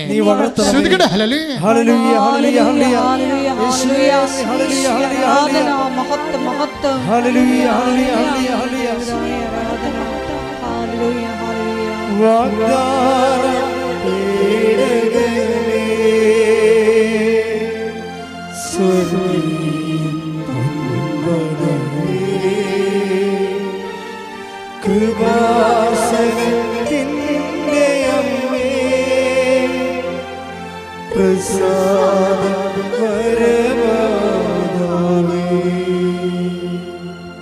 അപ്പോൾ ഇവർക്കിപ്പോൾ ബോധ്യങ്ങൾ കിട്ടിയിരിക്കുകയാണ്. അതായത് ഉടമ്പടിയിൽ ഇങ്ങനെ ഓരോരോ വിഷയങ്ങൾ എഴുതി ഇട്ടതിലല്ല രതി വളർന്നത് ഏത് സാഹചര്യത്തെയും വിശ്വാസം കൊണ്ട് ഫേസ് ചെയ്യാൻ പറ്റുന്ന രീതിയിൽ രതി വളരും. ഇന്നലെ തന്നെ 6 സാക്ഷ്യങ്ങളെ പറ്റി പറഞ്ഞിട്ടുണ്ട്. അവളുടെ സാക്ഷ്യമൊന്ന്, അവളുടെ കുഞ്ഞിൻ്റെ സാക്ഷ്യമുണ്ട്. കുഞ്ഞും അമ്മയും പ്രഗ്നൻ്റ് ആയിരുന്നു. ഇവിടെ വരുമ്പോൾ കഴിഞ്ഞ 5-6 മാസം മുമ്പ് വന്നായിരുന്നു കക്ഷി. അപ്പോൾ പ്രഗ്നൻ്റ് ആയിരുന്നു. അപ്പന് ക്യാൻസറായിരുന്നു, അവൾ പ്രഗ്നൻ്റ് ആയിരുന്നു, കുഞ്ഞിന് എന്തോ ഈ ബ്ലോക്കായിരുന്നു.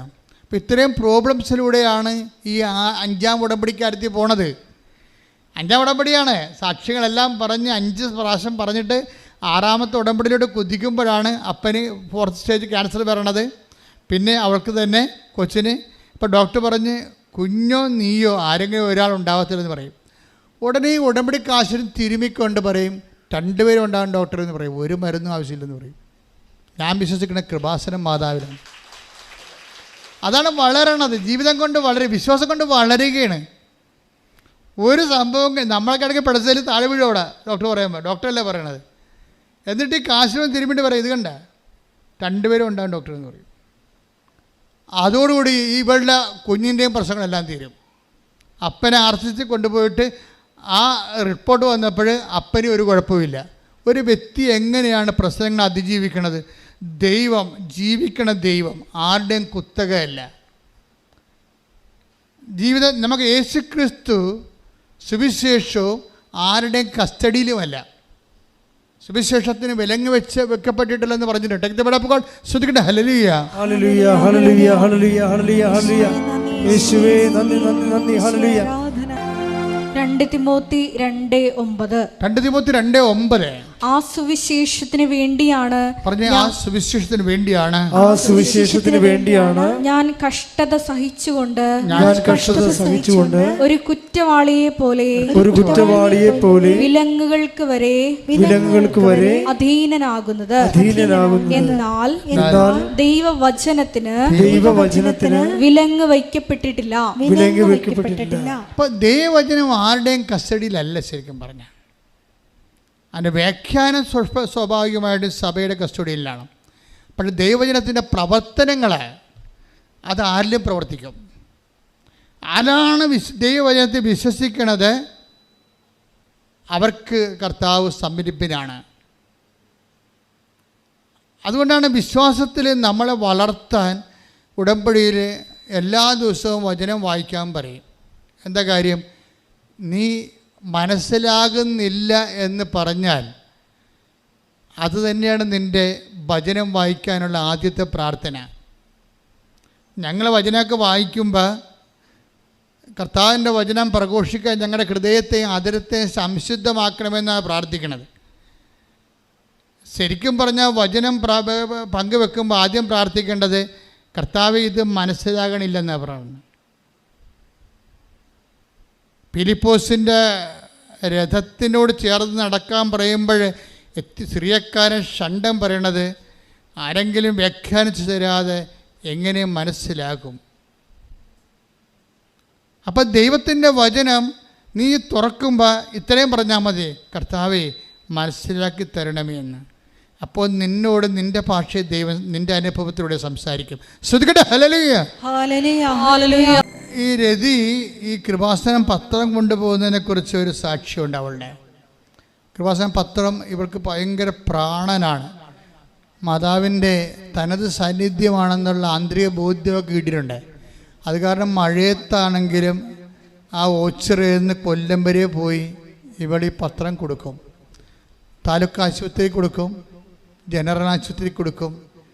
അപ്പോൾ പലയിടത്തും കവലകളിലൊക്കെ കൊടുക്കുമ്പോൾ ആൾക്കാർ ചോദിക്കും, നിനക്ക് പ്രാന്താണാ കൊച്ചേ, ഇതും കൊണ്ട് വല്ലവരും ഇങ്ങനെ നടക്കുക എന്ന് ഇങ്ങനെ ചോദിക്കുമ്പോൾ ഉടനെ ഇവള് മോങ്ങിക്കൊണ്ട് ചേട്ടൻ മേടിച്ചിട്ട് പേടിക്കണ്ട, അടുത്ത കൊടുക്കുകയില്ല. ആ ചേട്ടനെ ഉടനെ ഇവിടെ ട്രാജഡി ചെയ്യും. എന്താ ചേട്ടനെ പറയും, ചേട്ടാ ഇപ്പം ചേട്ടന് പ്രശ്നമൊന്നും ഇല്ലായിരിക്കും, പക്ഷെ ഇത് കണ്ട 100 സാക്ഷ്യങ്ങളാണ്. നിങ്ങൾക്ക് വിശ്വാസ ജീവിതം വേണമെങ്കിൽ ഈ പത്രം വായിച്ച് ഇത് അനുഭവം കിട്ടിക്കഴിയുമ്പോൾ പിന്നെ എന്നോടൊന്നും ചോദിക്കത്തില്ല. ഞാൻ എൻ്റെ അനുഭവസ്ഥയാണെന്ന് പറഞ്ഞ് വീണ്ടും ഈ സാധനം അടിച്ചേൽപ്പിക്കും. ചില ആൾക്കാർ ചെയ്യണത് മേടിച്ചില്ലെങ്കിൽ മേടിക്കാൻ അടുത്ത ആളുകൾ കൊടുത്തു പോരുകയല്ലേ. ഇതങ്ങനെയല്ല. ഇത് ഇവൾ കുറച്ചുകൂടി അവിടെ മുന്നോട്ട് പോവുകയാണ്. എന്നുവെച്ചാൽ ഇത് അയാളുടെ കൊടുക്കേണ്ടതാണ്. അയാളിത് വാങ്ങിക്കാത്തതിൻ്റെ കാരണം അയാൾക്ക് അനുഭവങ്ങളില്ലാത്ത കൊണ്ടാണ്. അപ്പോൾ അവളുടെ സ്വന്തം അനുഭവങ്ങൾ പറഞ്ഞിട്ടും മറ്റുള്ളവരുടെ അനുഭവങ്ങൾ പറഞ്ഞിട്ടും ഈ സാധനം കൊടുക്കും. അതെന്ന് വെച്ചാൽ സുവിശേഷ കൈമാറ്റത്തിന് വേണ്ടി വല്ലാത്ത തീഷ്ണതയാണ്. തീഷ്ണതയപ്പോൾ എന്താ പറയണമെന്നറിയാവോ? അത് നിങ്ങൾ മനസ്സിലാക്കണം നല്ലതാണ്. അപ്പോൾ ഇങ്ങനെ വരുമ്പോൾ ദൈവത്തിന് ആളിൻ്റെ നിക്ഷേപം പിടികിടത്തില്ലേ? നമുക്ക് നല്ല നിക്ഷേപം ഉണ്ടെങ്കിൽ ബാങ്കുകാർ നമ്മൾ ചെല്ലുമ്പോൾ എഴുന്നേറ്റ് നിന്ന് നമ്മൾ ചായ പരത്തി തരുമല്ല. നമ്മൾ ലോണിന് ചെന്നാൽ അവർ മാനേജറിന് അവിടുന്ന് ബാത്റൂമിൽ പോയിരുന്ന് അകത്ത് കിടിപ്പിട്ടുകൊണ്ട് അവിടെ ഇരിക്കും. ആ വ്യത്യാസം അതാണ്, റേഷൻ്റെ വ്യത്യാസമാണ്. നമുക്ക് നല്ല നിക്ഷേപം ബാങ്കിലുണ്ടെങ്കിൽ നമ്മൾ ചെല്ലുമ്പോൾ തന്നെ മാനേജർ കസേര വരച്ചിട്ട് തരും, ചായ പരത്തി തരും. നമുക്ക് നിക്ഷേപം ഇല്ലെങ്കിൽ അയാൾ ആ കസേരയിൽ നിന്ന് അപ്പം തന്നെ ഓടി പാത്ത് കളയും. എന്താ, നമ്മൾ ലോൺ എടുക്കാൻ വരികയാണെന്ന് അറിയാൻ പറ്റും. ഇതാണ് സംഭവം. ഇതുപോലെ തന്നെ ദൈവത്തിൻ്റെ തിരുസ്ഥേനയിൽ നമുക്ക് നിക്ഷേപം ഉണ്ടെങ്കിൽ നമ്മൾ പറയണ എല്ലാം നടക്കും. നിങ്ങളെപ്പോഴും ഉടമ്പടി എടുക്കുമ്പോൾ നിക്ഷേപം ഉണ്ടാക്കാൻ നോക്കണം. ഉടമ്പടി എടുക്കുമ്പോൾ നിക്ഷേപം ഉണ്ടാക്കാൻ നോക്കണം. എന്ന് വെച്ചാൽ പിന്നെ നിങ്ങൾക്ക് ഇത്ര അങ്കല ഇപ്പോൾ കിട്ടത്തില്ലേ? ജയിക്കുക ഇല്ലേ? ജോലി കിട്ടുക ഇല്ലേ? വിസയ്ക്ക് സായിപ്പ് പറഞ്ഞ എനിക്ക് മനസ്സിലാകുക ഇല്ലേ? ഞാൻ പറഞ്ഞ അയാൾക്ക് മനസ്സിലാകുക ഇല്ലേ? അത് വിസ ഡേറ്റ് കിട്ടിയിട്ടില്ല, ഇപ്പം തന്നെ ഓർത്ത് വേർക്കുകയാണ്. എന്ത് കാര്യത്തിന്? നിനക്ക് ഇവിടെ വേണ്ടത് നിക്ഷേപമാണ് വേണ്ടത്. ദൈവത്തിരിച്ച് നിക്ഷേപം ഉണ്ടെങ്കിൽ നിനക്ക് കോൺഫിഡൻസ് ആയി. നമ്മുടെ കോൺഫിഡൻസിലാണ് നമ്മൾ ധ്യാനം തുടങ്ങിയല്ലേ? ആത്മവിശ്വാസം, ആധ്യാത്മികമായ ആത്മവിശ്വാസം എന്ന് പറയുന്നത് നമ്മുടെ നിക്ഷേപത്തിലാണ് നമ്മുടെ വിശ്വാസം ഇരിക്കുന്നത്. എന്ന് വെച്ച് കഴിഞ്ഞാൽ ഇപ്പോൾ ഇവള് തന്നെ ഈ രതി തന്നെ ഈ പത്രം കൊടുക്കുന്ന ഇടയ്ക്ക് ഒരു ക്യാൻസർ, പത്തനംതിട്ടയിലുള്ള ഒരു ക്യാൻസർ 4th സ്റ്റേജ് വല്യപ്പനെ കണ്ട്. അപ്പോൾ വല്യപ്പനോട് പറഞ്ഞു, വല്യപ്പ ഉടമ്പടി എടുത്താൽ മതി എന്ന് പറഞ്ഞു. അതാ വിഷയം. രതിയായി പറഞ്ഞ ഉടമ്പടി എടുത്താൽ മതി, ഇതെല്ലാം മാറും, ഇതൊന്നും കാര്യമില്ലെന്ന് പറയും. അപ്പോൾ ഉടനെ വല്യപ്പൻ്റെ വൈഫ് അവിടെ ഇപ്പോൾ ഉണ്ട്. വല്യപ്പനെ കേൾപ്പിക്കാതെ രതിയോട് പറയുവേ, 30 സമയമൊക്കെ കഴിഞ്ഞിരിക്കണമെന്ന് പറയും. അതെന്താ സംഭവം? അതെന്താ വെച്ച് കഴിഞ്ഞാൽ 30 സമയം കഴിഞ്ഞിരിക്കണമെന്ന് അവർ പറഞ്ഞെന്ന്. ആര്? ആശുപത്രിക്കാർ പറഞ്ഞെന്ന്. വല്യമ്മ ആ ദൈവവചനമായിട്ട് അത് വിശ്വസിച്ച് നടക്കണം. അപ്പോൾ പറഞ്ഞ് സമയമൊന്നും കഴിഞ്ഞിട്ടില്ല. ഈ സമയത്തെ അറസ്റ്റ് ചെയ്യണേ വിശ്വാസം കൊണ്ട് ചെയ്യണത്. അപ്പോഴേ പോകാൻ കൊച്ചേ എന്ന് പറഞ്ഞുകൊണ്ട് ഇവളെ ഒഴിവാക്കണമല്ല, ഇവള് മാറുന്നില്ലല്ല. ഇവളെ ഒഴിവാക്കാൻ വേണ്ടി വല്യമ്മ ഉടായ്പ പറഞ്ഞ്, പോകാൻ കൊച്ചേ വരാവേ, ഞങ്ങൾ പത്തനംതിട്ടയിൽ ആലപ്പുഴ വരണപ്പേ, എന്നാലും വരാം എന്നൊക്കെ പറഞ്ഞ് എന്ന് പോയി. പിറ്റേ ആഴ്ച പിന്നെ ഇവിടെ കണ്ണി വന്ന് പെട്ടു വല്യമ്മനും വല്യപ്പനും കൂടി. അപ്പോൾ നിങ്ങൾ പോയില്ലേ? ഞാൻ പോയില്ല വെച്ചാൽ പോകണം എന്നൊക്കെ പറഞ്ഞു. അവസാനം 3-ാമത്തെ ഘട്ടത്തിൽ വല്യമ്മനെ വല്യപ്പനെ അടിച്ചിട്ട് അവൾ പൊക്കി 5 എണ്ണത്തിന് ഇവിടെ കൊണ്ടുവന്നു. അപ്പോഴേ കൊണ്ടുവന്ന് ഉടമ്പടി എടുപ്പിച്ചു. ഉടമ്പടി എടുത്തിട്ട് ഇതെങ്ങനെയാണ് എക്സിക്യൂട്ട് ചെയ്യണത്, ഇതെല്ലാം വിധങ്ങളെല്ലാം പറഞ്ഞു കൊടുക്കും. ഈ നിക്ഷേപം തന്നെ വഴി പറയണേ. എന്നിട്ട് മാറി നിന്നും പറയും, മാതാവേ ഈ വല്യപ്പൻ്റെ ജീവിതം രക്ഷപ്പെടുത്തണം. കാര്യം എനിക്ക് ഈശോയുടെ നാമത്തെ മറ്റുള്ള മുമ്പിൽ മഹത്വപ്പെടുത്തണം. അതാണ് ആ ദൈവത്തോടെ കമ്മ്യൂണിക്കേഷനൊക്കെ ഭയങ്കര രസമാണ്.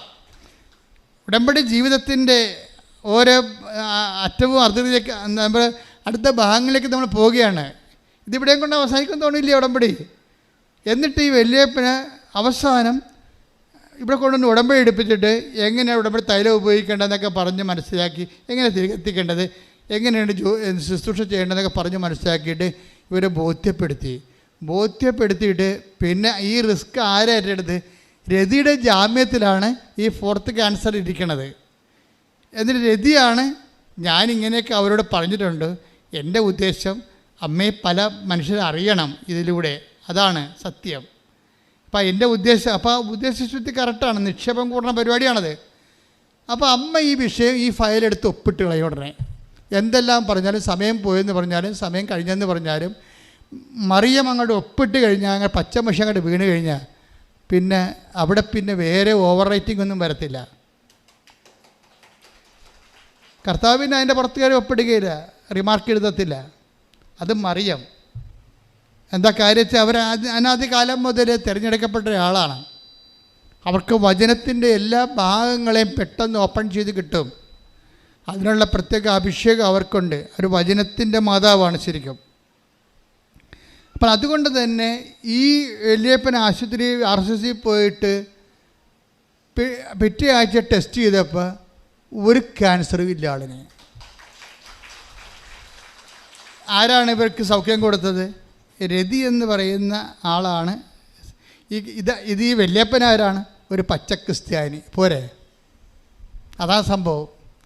ദൈവം ഈ വിഷയം നേരിട്ട് ചെയ്യാൻ ഹൃദയശുദ്ധിയുള്ളവർ ദൈവത്തെ കാണുന്ന ഒരു വലിയ ഉടമ്പടിക്കാരം. ശ്രദ്ധിക്കട്ടെ.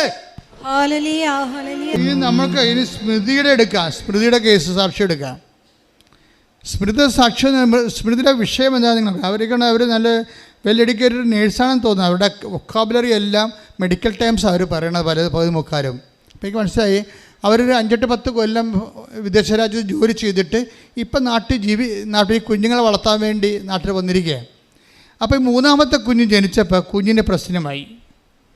സ്മൃതിയുടെ കുഞ്ഞിൻ്റെ പ്രശ്നം എന്ന് വെച്ച് കഴിഞ്ഞാൽ കുഞ്ഞ് ജനിച്ച് കഴിഞ്ഞിട്ട് കുഞ്ഞ് പാല് കുടിക്കണില്ല. അപ്പോൾ നമുക്കറിയാമല്ലോ, കുഞ്ഞുങ്ങളാണെങ്കിൽ പാല് ഇൻസ്റ്റിങ്ക്റ്റ് ഉള്ള കാരണം ജനിച്ച നമ്മൾ അമ്മമാരുടെ അമ്മിഞ്ഞപ്പാൽ അവരെടുത്ത് കുടിക്കുവാനുള്ള കുഞ്ഞുങ്ങളാണ് ശരിക്കും. അവരുടെ നമ്മൾ ഉറങ്ങിക്കിടന്നാലും അവർ കുടിക്കും. അതാണ് അവർക്ക് ദൈവം കൊടുത്തിരിക്കുന്ന ഇൻസ്റ്റിങ്ക്റ്റ്, അതാണ്. പക്ഷേ കുഞ്ഞിന് വായിക്കൊണ്ട് വെച്ച് കൊടുത്തിട്ടും കുഞ്ഞ് പാല് കുടിക്കണില്ല.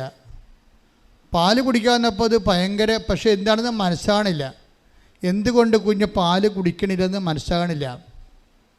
കൊച്ച് വളരുന്നുണ്ട്, പക്ഷേ തൂക്കക്കുറവാണ്, ഭയങ്കര തൂക്കക്കുറവാണ്. അപ്പോഴേ തൂക്കക്കുറവാണെന്ന് വെച്ചാൽ അങ്ങനെ വന്ന് പിന്നെ വളർച്ച മുരടിച്ച് ചിലപ്പോൾ മരിച്ചും പോവുകയും. അപ്പോൾ എന്താണെന്ന് ഇത് ടെസ്റ്റ് ചെയ്ത് 1.5 കൊല്ലം കഴിഞ്ഞപ്പോഴാണ് കണ്ടുപിടിച്ചത് എന്തുകൊണ്ടാണ് പാല് കുടിക്കാത്തത്. അപ്പോൾ CMB എന്ന് പറഞ്ഞൊരു അസുഖമാണ്, പ്രോട്ടീൻ അലർജിയാണ് കൊച്ചിന്. പ്രോട്ടീൻ സക്ക് ചെയ്യത്തില്ല. ഈ പാലിൻ്റെ അകത്ത് പ്രോട്ടീനുള്ള കാരണം അത് അലർജിയാണ്, കൊച്ച് റിജക്റ്റ് ചെയ്യും. പക്ഷെ അത് കണ്ടുപിടിച്ചപ്പോൾ ഡോക്ടർ അതിന് പകരം എന്ത് ചെയ്യാനാണ്? പാല് സാധാരണ കുഞ്ഞുങ്ങൾ വന്ന് നമ്മുടെ അടുത്ത് പാല് കുടിക്കത്തില്ലേ, പക്ഷെ കുഞ്ഞു വരണമില്ല, കൊടുത്തിട്ടും കുടിക്കണില്ല. അപ്പോൾ വേറെ ഫോർമുല മിൽക്ക് കൊടുത്ത്, ഫോർമുല ഈ പാലിൻ്റെ അകത്തുള്ള കണ്ടൻസൊക്കെ വെച്ചിട്ടുണ്ട്, എക്സ്ട്രാ ആയിട്ട് നമ്മൾ എക്സ്റ്റേണൽ ഫീഡിങ് നടത്തി. അത് കൊച്ച് തട്ടി കളയാണ്. അപ്പോൾ ഇവരാണെങ്കിൽ ഭയങ്കര ധർമ്മസങ്കടത്തിൽ, അവർക്ക് ഭക്ഷണം കഴിക്കാൻ പറ്റുന്നില്ല, കുഞ്ഞ് ഭക്ഷണം കഴിക്കണില്ല, കുഞ്ഞ് നേർത്ത് നിരണ്ട് വരണേ, ഭയങ്കര സങ്കടമാണ്. ഇതിന് ട്രീറ്റ്മെൻറ്റും ഇല്ല ശരിക്കും. പിന്നെ എന്താ വെച്ച് കഴിഞ്ഞാൽ വേറെ ഒരു പൊടി വാങ്ങിച്ച് കൊടുക്കാൻ ഡോക്ടർ പറഞ്ഞു. അതിൻ്റെ എന്നാ പൊടി? ആ പൊടിയുടെ പേരൊക്കെ ഇവിടെ അറ്റാമിൻ പെറ്റി എന്നും പറഞ്ഞൊരു പൊടി, 400 ഗ്രാം, ഒരു ടീസ്പൂൺ 400 ഗ്രാം ഒക്കെ കിട്ടണമെങ്കിൽ 2000 രൂപയാണ്. എങ്ങനെയാണ് മുതലാകണത്? നിങ്ങളൊന്ന് ചിന്തിച്ചേക്ക്. അമ്മിഞ്ഞപ്പാൽ കുഞ്ഞ് കുടിക്കുമ്പോൾ നിങ്ങളവർക്കും അമ്മിഞ്ഞപ്പാൽ കുടിക്കുന്നത് നാച്ചുറലാണെന്ന്. ഈ സാധനം ഒന്ന് കുടിക്കാതിരുന്ന് നോക്കണം, നമ്മുടെ വസ്തു എഴുതി കൊടുക്കേണ്ടി വരും. അറ്റാമിൻ പറ്റിക്ക് ഗ്രാമിന് 400 ഗ്രാമിന് 2000 രൂപ. അത് 2000 രൂപ അവിടെ നിന്നൊക്കെ കൊച്ചു കുടിക്കുക, കാശും പോണ്, കൊച്ചു കുടിക്കണില്ല, കൊച്ചു തുപ്പിക്കളയും. വൊമിറ്റിംഗ് എന്ന് പറഞ്ഞാൽ ഭയങ്കര എന്ത് പ്രോട്ടീൻ കണ്ടൻറ്റ് എന്ത് ചെന്നാലും കൊച്ചു ഓക്കാനിച്ച് തുപ്പി ഛർദ്ദിച്ച് സ്വരം ഉണ്ടാക്കി ബഹളം ഉണ്ടാക്കി വയലൻ്റായിട്ട് പിടിച്ച് മറിച്ച് താഴെയിടും. എന്ത് കൊച്ചിന് ഈ പാല് കുടിപ്പിക്കുന്നത് ഒരു ഭയങ്കര ജീവൻ മരണ പോരാട്ട വിഷയമായി. അപ്പോൾ എനിക്ക് മനസ്സിലായില്ല അമ്മ എന്തുമാത്രം വിഷമിക്കുന്നതെന്ന് മനസ്സിലായില്ലേ. അവസാനം ഈ അറ്റാമിൻ പറ്റിയെന്ന് പറഞ്ഞ മരുന്ന് പ്രോട്ടീൻ മരുന്ന് കണ്ടൻറ്റ് കൊച്ചിന് കൊടുക്കണത് ഈ അവർക്ക് വിറഞ്ഞിട്ട് അവർ 2 വയസ്സായപ്പം അവർ മടുത്ത് ഈ കൊച്ചിനെ കൊണ്ട് അത്രയ്ക്ക് കൊച്ചിനെ ഓടിക്കളയും. കൊച്ച് എന്തെങ്കിലും കൊടുക്കണമെന്ന് കേൾക്കുമ്പോൾ തന്നെ പേടിച്ചിട്ട് അവസാനം ഇവർ കസേര ഇരുന്ന് അവിടെ മുട്ട് കൊണ്ട് കുഞ്ഞിൻ്റെ കഴുത്ത് ഞെക്കി പിടിക്കും. നിങ്ങളൊക്കെ കുറേ അങ്ങനെ നമ്മുടെ അമ്മമാർ കുറേ കഷ്ടപ്പെട്ടിട്ടുള്ളതാണ് നമ്മൾ വളർത്താൻ വേണ്ടി അല്ലേ. ഞെക്കി പിടിച്ചിട്ട് എന്ത് ചെയ്യുക, വാ പൊളിക്കും, എന്നിട്ട് കുഴൽ അണ്ണാക്കിലോട്ട് കുത്തിക്കയറ്റും. അപ്പോൾ അവൻ കാല് കൊണ്ട് കൈയും കാലും കൈ കണ്ട് മോന്തക്കിട്ട് അടിക്കും, കാല് കൊണ്ട് ചവിട്ടും. അവസാനം കുഞ്ഞ് പലപ്പോഴും ഇത് അവസാനം നിവൃത്തിയില്ല വരുമ്പോൾ അമ്മ കുഞ്ഞിനെ കൈവിട്ട് കളയും. അത് മൂഞ്ഞയും കുത്തിപ്പോയി നിലത്തടിച്ച് വീഴും. എന്നിട്ട് അമ്മയ്ക്ക് സങ്കടം വരും. കാര്യം അവർക്ക് വിറഞ്ഞിട്ടാണ് ഇത് കൊച്ചിനെ. അപ്പം അത്രയും പങ്കപ്പാടായി.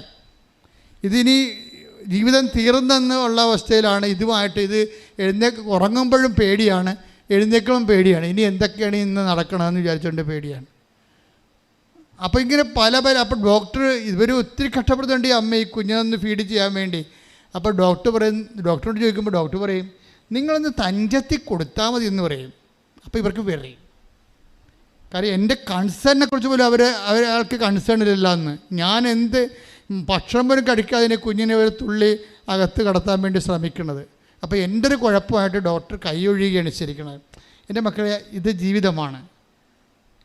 എല്ലാവരെയും നമ്മളെ കൈവീഴും. അപ്പോൾ ക്രിസ്തു നിന്നെ രൂപപ്പെടുന്നതിൻ്റെ ഒരു ലക്ഷണമാണ് നിങ്ങളെല്ലാവരും എന്നെ കൈവഴിയും തന്താങ്ങളുടെ വഴിക്ക് പോകുമെന്ന് പറഞ്ഞില്ല. ടെക്തവിടെ ശ്രദ്ധിക്കട്ടെ. ഹല്ലേലൂയ ഹല്ലേലൂയ ഹല്ലേലൂയ ഹല്ലേലൂയ ഹല്ലേലൂയ. യേശുവേ നന്ദി നന്ദി നന്ദി. ഹല്ലേലൂയ ഹല്ലേലൂയ ഹല്ലേലൂയ ഹല്ലേലൂയ ഹല്ലേലൂയ ഹല്ലേലൂയ. യേശുവേ സ്തുതി. ഹല്ലേലൂയ. യോഹന്നാൻ 16:32. യോഹന്നാൻ 16:32. എന്നാൽ നിങ്ങൾ ഓരോരുത്തരും പറഞ്ഞേ, എന്നാൽ നിങ്ങൾ ഓരോരുത്തരും താന്താങ്ങളുടെ വഴിക്ക് ചിതറിക്കപ്പെടുകയും എന്നെ ഏകനായി വിട്ടുപോവുകയും ചെയ്യുന്ന സമയം വരുന്നു, അല്ലാതെ വന്നു കഴിഞ്ഞു. എങ്കിലും ഞാൻ ഏകനല്ല. കാരണം പിതാവ് എന്നോട് കൂടെയുണ്ട്. ഇപ്പൊ ക്രിസ്തു എന്നുള്ള ഒരു അനുഭവ പാക്കേജിലുള്ളതാണ് നമുക്ക് കൂടെയുള്ളവരെ കൈവിട്ട് കളയണത്. നിങ്ങൾ ഓർത്തേക്കണം. പക്ഷേ ക്രിസ്തു നിങ്ങൾ രൂപപ്പെട്ട് വരുമ്പോൾ നമുക്കറിയാൻ പറ്റും, അതിൻ്റെ മണം വരും. എന്താണ്?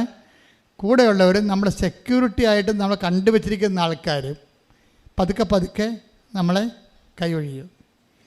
അപ്പം നിങ്ങൾ സന്തോഷിക്കണം. എന്താ കാര്യം? അപ്പോൾ നിങ്ങൾ ഉല്ലസിക്കുവിൻ. പ്രതിഫലം വലുതായിരിക്കും വരാൻ പോണത്. എന്നുവെച്ചാൽ അത് പ്രതിഫലം എന്താ? നമ്മുടെ പ്രതിഫലം ക്രിസ്തുവാണ്. പ്രതിഫലം ഒരു വിശ്വാസിയുടെ പ്രതിഫലം ക്രിസ്തുവാണ്. വലിയ പ്രതിഫലം എന്നാണ് ബൈബിൾ പറയണത്. നിങ്ങളുടെ പ്രതിഫലം വലുതായിരിക്കുമെന്ന്. അപ്പോൾ ദൈവരാജ്യത്തിലെ ഒരു വ്യക്തിക്കുണ്ടാവുന്ന ഏറ്റവും വലിയ പ്രതിഫലം ക്രിസ്തുവാണ്. അപ്പോൾ ഈ പ്രതിഫലം നമുക്ക് കിട്ടാൻ പോകുമ്പോഴാണ് മറ്റുള്ളവരെ തദ്ദാങ്ങൾ അവർക്ക് നിശ്ചയിച്ചപ്പെട്ട വഴിയിലേക്ക് അവർ പോകും. കാരണം ക്രിസ്തു ഒരു വലിയ പ്രതിഫലത്തിലേക്കുള്ളൊരു വിശ്വാസത്തിൻ്റെ യാത്രയാണ്. ആ പ്രതിഫല യാത്രയിൽ നമ്മൾക്ക് പോസിറ്റീവായിട്ടല്ല. ഇതിൻ്റെ പോസിറ്റീവ് എന്ന് പറയണത് ഇതിൻ്റെ നെഗറ്റീവാണ്. ലോകത്തിൽ പോസിറ്റീവാണ്, പക്ഷേ ആധ്യാത്മികതയിൽ പോസിറ്റീവ് എന്ന് പറയുന്നത് നെഗറ്റീവാണ്. എന്നുവെച്ചാൽ നമ്മുടെ അനുഭവങ്ങളാണ്. പറഞ്ഞില്ല, നിങ്ങളെല്ലാവരും എന്നെ ഉപേക്ഷിച്ച് താന്താങ്ങളുടെ വഴിക്ക് പോകും. പക്ഷേ എന്നിട്ട് പറയും ഞാൻ ഏകനല്ല, പിന്നെന്താണ് പിതാവ്. അതാണ് ക്രിസ്തുവിന് കുരിശായിപ്പോയത്. ക്രിസ്തുവിൻ്റെ ഏറ്റവും വലിയ കുരിശ് അതാണ്, ആ ഒരു വാക്കാണ്. എന്ന് വെച്ച് കഴിഞ്ഞാൽ പിതാവ് കൂടെയുണ്ടെന്ന്. അപ്പം പിതാവ് കൂടെ ഉണ്ടെങ്കിൽ ഏത് റോമാക്കാരായാലും ഏത് കുരിശുമരണമായാലും ചമ്മട്ടിയായാലും ക്രിസ്തുവിന് ഏക്കത്തില്ലെന്ന് പിതാവിനറിയാം. അപ്പോൾ പീഡാസഹനങ്ങളിൽ വെള്ളം ചേർക്കപ്പെടുമെന്നുള്ള ഉറപ്പാണ്. പീഡാസഹനം പൂർത്തിയാകത്തില്ലെന്ന് ഉറപ്പാണ്. എന്താ കാര്യം? പിതാവ് ഉണ്ടെങ്കിൽ നമ്മുടെ ഏറ്റവും പ്രിയപ്പെട്ട ആൾ നമ്മുടെ കൂടെ നിൽക്കണം എന്നുണ്ടെങ്കിൽ നമുക്കൊരു ജയിലല്ല, ആണോ? അത് പിതാവ് കേട്ട്, പിതാവിനറിയാം. മാനുഷികമായിട്ട് പറഞ്ഞതാണെങ്കിലും ഇതാണ് അവൻ്റെ മൈൻഡ് സെറ്റ് എന്നറിയാം. അതെന്ത് ചെയ്ത് പിതാവ് ടൈമായപ്പോൾ പിതാവ് മാറിക്കളഞ്ഞു. അതൊക്കെ കിടന്ന് കാറണത് കുരിശിൽ. എൻ്റെ പിതാവേ എന്തുകൊണ്ട് നീ എന്നെ ക്രിസ്തുവിൻ്റെ പൂർണ്ണത അവിടെയാണ് വരണത്. എന്നിട്ട് പറയും ഇപ്പം എല്ലാം പൂർത്തിയായെന്ന് പറയും. ഇത് അക്കംപ്ലിഷ്ഡ് എന്ന് പറയും. എല്ലാം പൂർത്തിയായ പിതാവ് കൂടി മാറിയാൽ മാത്രമേ ക്രിസ്തു പൂർണ്ണനകത്തുള്ളൂ. ഈ പൂർണ്ണതയിലേക്കാണ് നമ്മൾ ക്ഷണിക്കപ്പെട്ടിരിക്കുന്നത്. അത് മനസ്സിലായേ? അപ്പോൾ ആരെങ്കിലും എന്തെങ്കിലും സംഭവിച്ചാൽ അത് നെഗറ്റീവാണ് സംഭവിക്കണമെങ്കിൽ അത് പോസിറ്റീവായിട്ട് കരുതണം. എന്താ കാര്യം? നമ്മൾ ക്രിസ്തുവിലേക്ക് വളരുകയും ക്രിസ്തു നമ്മളെ പൂർണ്ണത പ്രാപിക്കുകയും ചെയ്യാണ്. കൈയടിച്ച് ശ്രദ്ധിക്കട്ടെ. ഹല്ലേലൂയ. അപ്പം ജീവിതത്തിൻ്റെ ഇതുപോലെയുള്ള അസ്തമയ അല്ലെങ്കിൽ ഇതുപോലെയുള്ള ഇരുട്ട് തക്കങ്ങൾ നിങ്ങൾ പകച്ചു പോകരുത്. ഞാൻ ഉടമ്പടി എടുത്തല്ലോ, പിന്നെ എനിക്കെന്താ ഇങ്ങനെ ഈ സംഭവിച്ചതെന്ന് ചോദിക്കുമ്പോൾ ആ ചുമ്മാ ABCD ക്രിസ്ത്യാനി അങ്ങനെ പറയത്തുള്ളൂ. ഉടമ്പടി എടുത്തെങ്കിൽ അങ്ങനെ സംഭവിക്കണം. എന്താ കാര്യം? ക്രിസ്തു രൂപപ്പെട്ട് വരികയാണ്. നിങ്ങളുടെ വിഷയത്തെക്കാൾ ഉപരി അൾട്ടിമേറ്റായിട്ട് നിന്ന് നിത്യത നിങ്ങൾക്ക് വാഗ്ദാനം ചെയ്യുന്ന അതിന് വേണ്ടിയുള്ള നടപടിക്രമങ്ങൾ അതിൻ്റെ ഓരോ ഭാഗങ്ങൾ നടന്നുകൊണ്ടിരിക്കുകയാണ്. ഇതുകൊണ്ടാണ് മദർ എപ്പോഴും ഇങ്ങനെയുള്ള വിഷയങ്ങൾ പ്രോസസ്സിങ്ങിലിരിക്കുമ്പോൾ മദർ എപ്പോഴും മൗനം പാലിക്കും. അതായത് ഇതെല്ലാം ഹൃദയത്തിൽ സംഗ്രഹിക്കും. എന്താണ്? എൻ്റെ ദൈവം എനിക്കിത് ആവശ്യമാണെങ്കിൽ എല്ലാവരെക്കാളും നേരത്തെ ദൈവം എനിക്ക് തരും. അപ്പോൾ ദൈവത്തിൻ്റെ സമയം ഞാൻ കാഴ്ചവെക്കുന്നു, സമർപ്പിക്കുന്നു. അവിടെയാണ് സമർപ്പണം വരണത്. അപ്പോൾ ദൈവത്തിൻ്റെ മനസ്സിൽ നമ്മൾ സമർപ്പിച്ചതാകാൻ വേണ്ടി ആദ്യമേ ഉടമ്പടിയിൽ റെഡിയായിരിക്കണം. പിന്നെ വരുന്ന ഒരു വിഷയം എന്ന് പറയണത് നിങ്ങൾക്കറിയാമല്ലോ, ഇപ്പോൾ അമ്മ നമ്മുടെ വീട്ടിലുണ്ട്. അമ്മയുടെ ഒരു വിഷയം ബൈബിള് അമ്മയെ അവതരിപ്പിക്കും. ഉടമ്പടി അമ്മയുടെ പ്രാർത്ഥനയാണല്ലോ, ത്രൂ മേരിയാണല്ലോ ഈ ഇത് വർക്കൗട്ട് ചെയ്യണത്. പരിശുദ്ധ അമ്മയുടെ മധ്യസ്ഥലല്ലേ ഉടമ്പടി ചെയ്തിരിക്കണത്. അപ്പോൾ അമ്മയുടെ മധ്യസ്ഥലായതുകൊണ്ട് ഇതിൻ്റെ കെയർ ടേക്കർ എന്ന് പറയുന്ന ആൾ അമ്മയാണ്. അപ്പം അതുകൊണ്ടാണ് മരിയ സ്പിരിച്വാലിറ്റി അനുസരിച്ചാണ് നമ്മൾ ജീവിക്കണത്. ഉടമ്പടി ജീവിതം മരിയ സ്പിരിച്വാലിറ്റി അനുസരിച്ചാണ്. അപ്പോൾ ചില കാര്യങ്ങൾ ഹൃദയത്തിൽ സംഗ്രഹിക്കണം.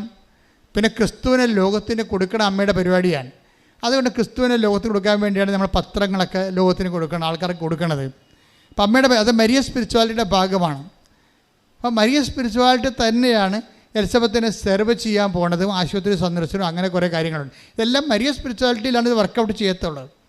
അപ്പോൾ അമ്മയുടെ മധ്യസ്ഥത വെച്ചിട്ട് അമ്മയുടെ ഒരു ആധ്യാത്മിക ജീവിതം നമ്മൾ ജീവിച്ച് മാറുകയാണ് ഉടമ്പടി ചെയ്യണത്.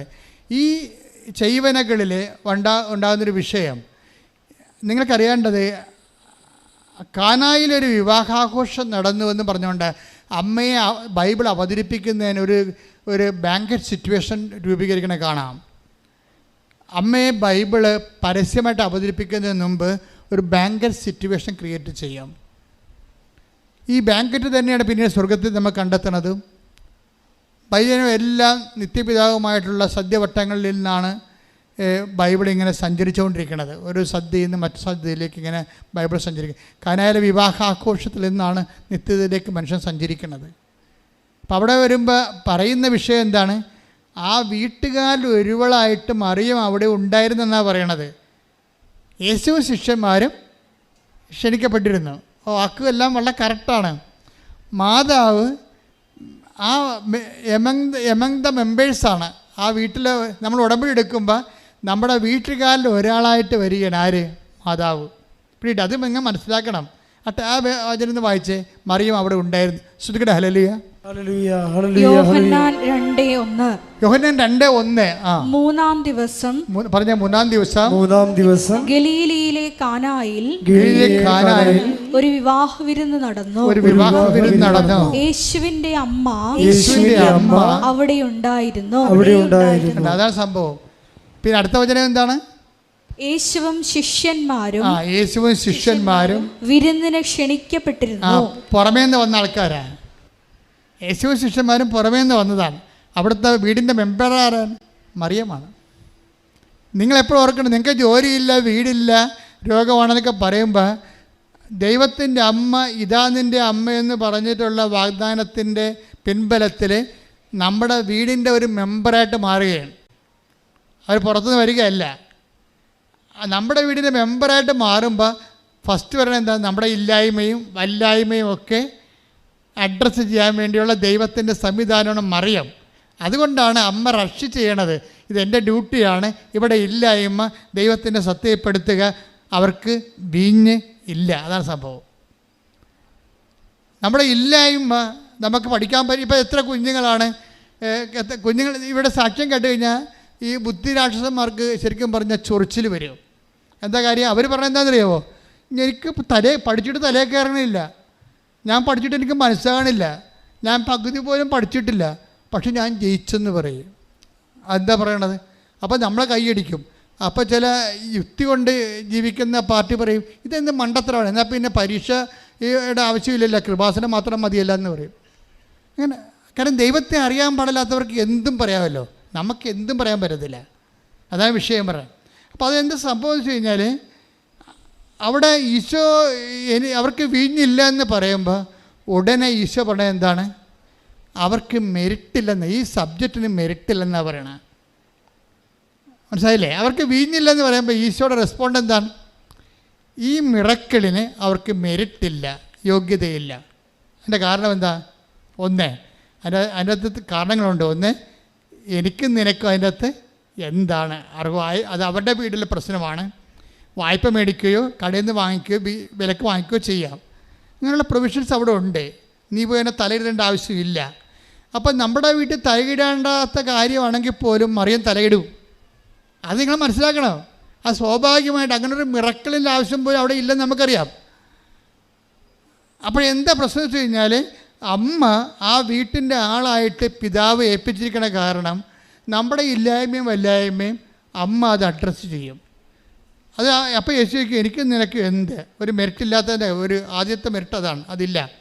അവിടെ നമുക്ക് തലയിടേണ്ട ആവശ്യമില്ല. നമ്മുടെ വിഷയമല്ലത്.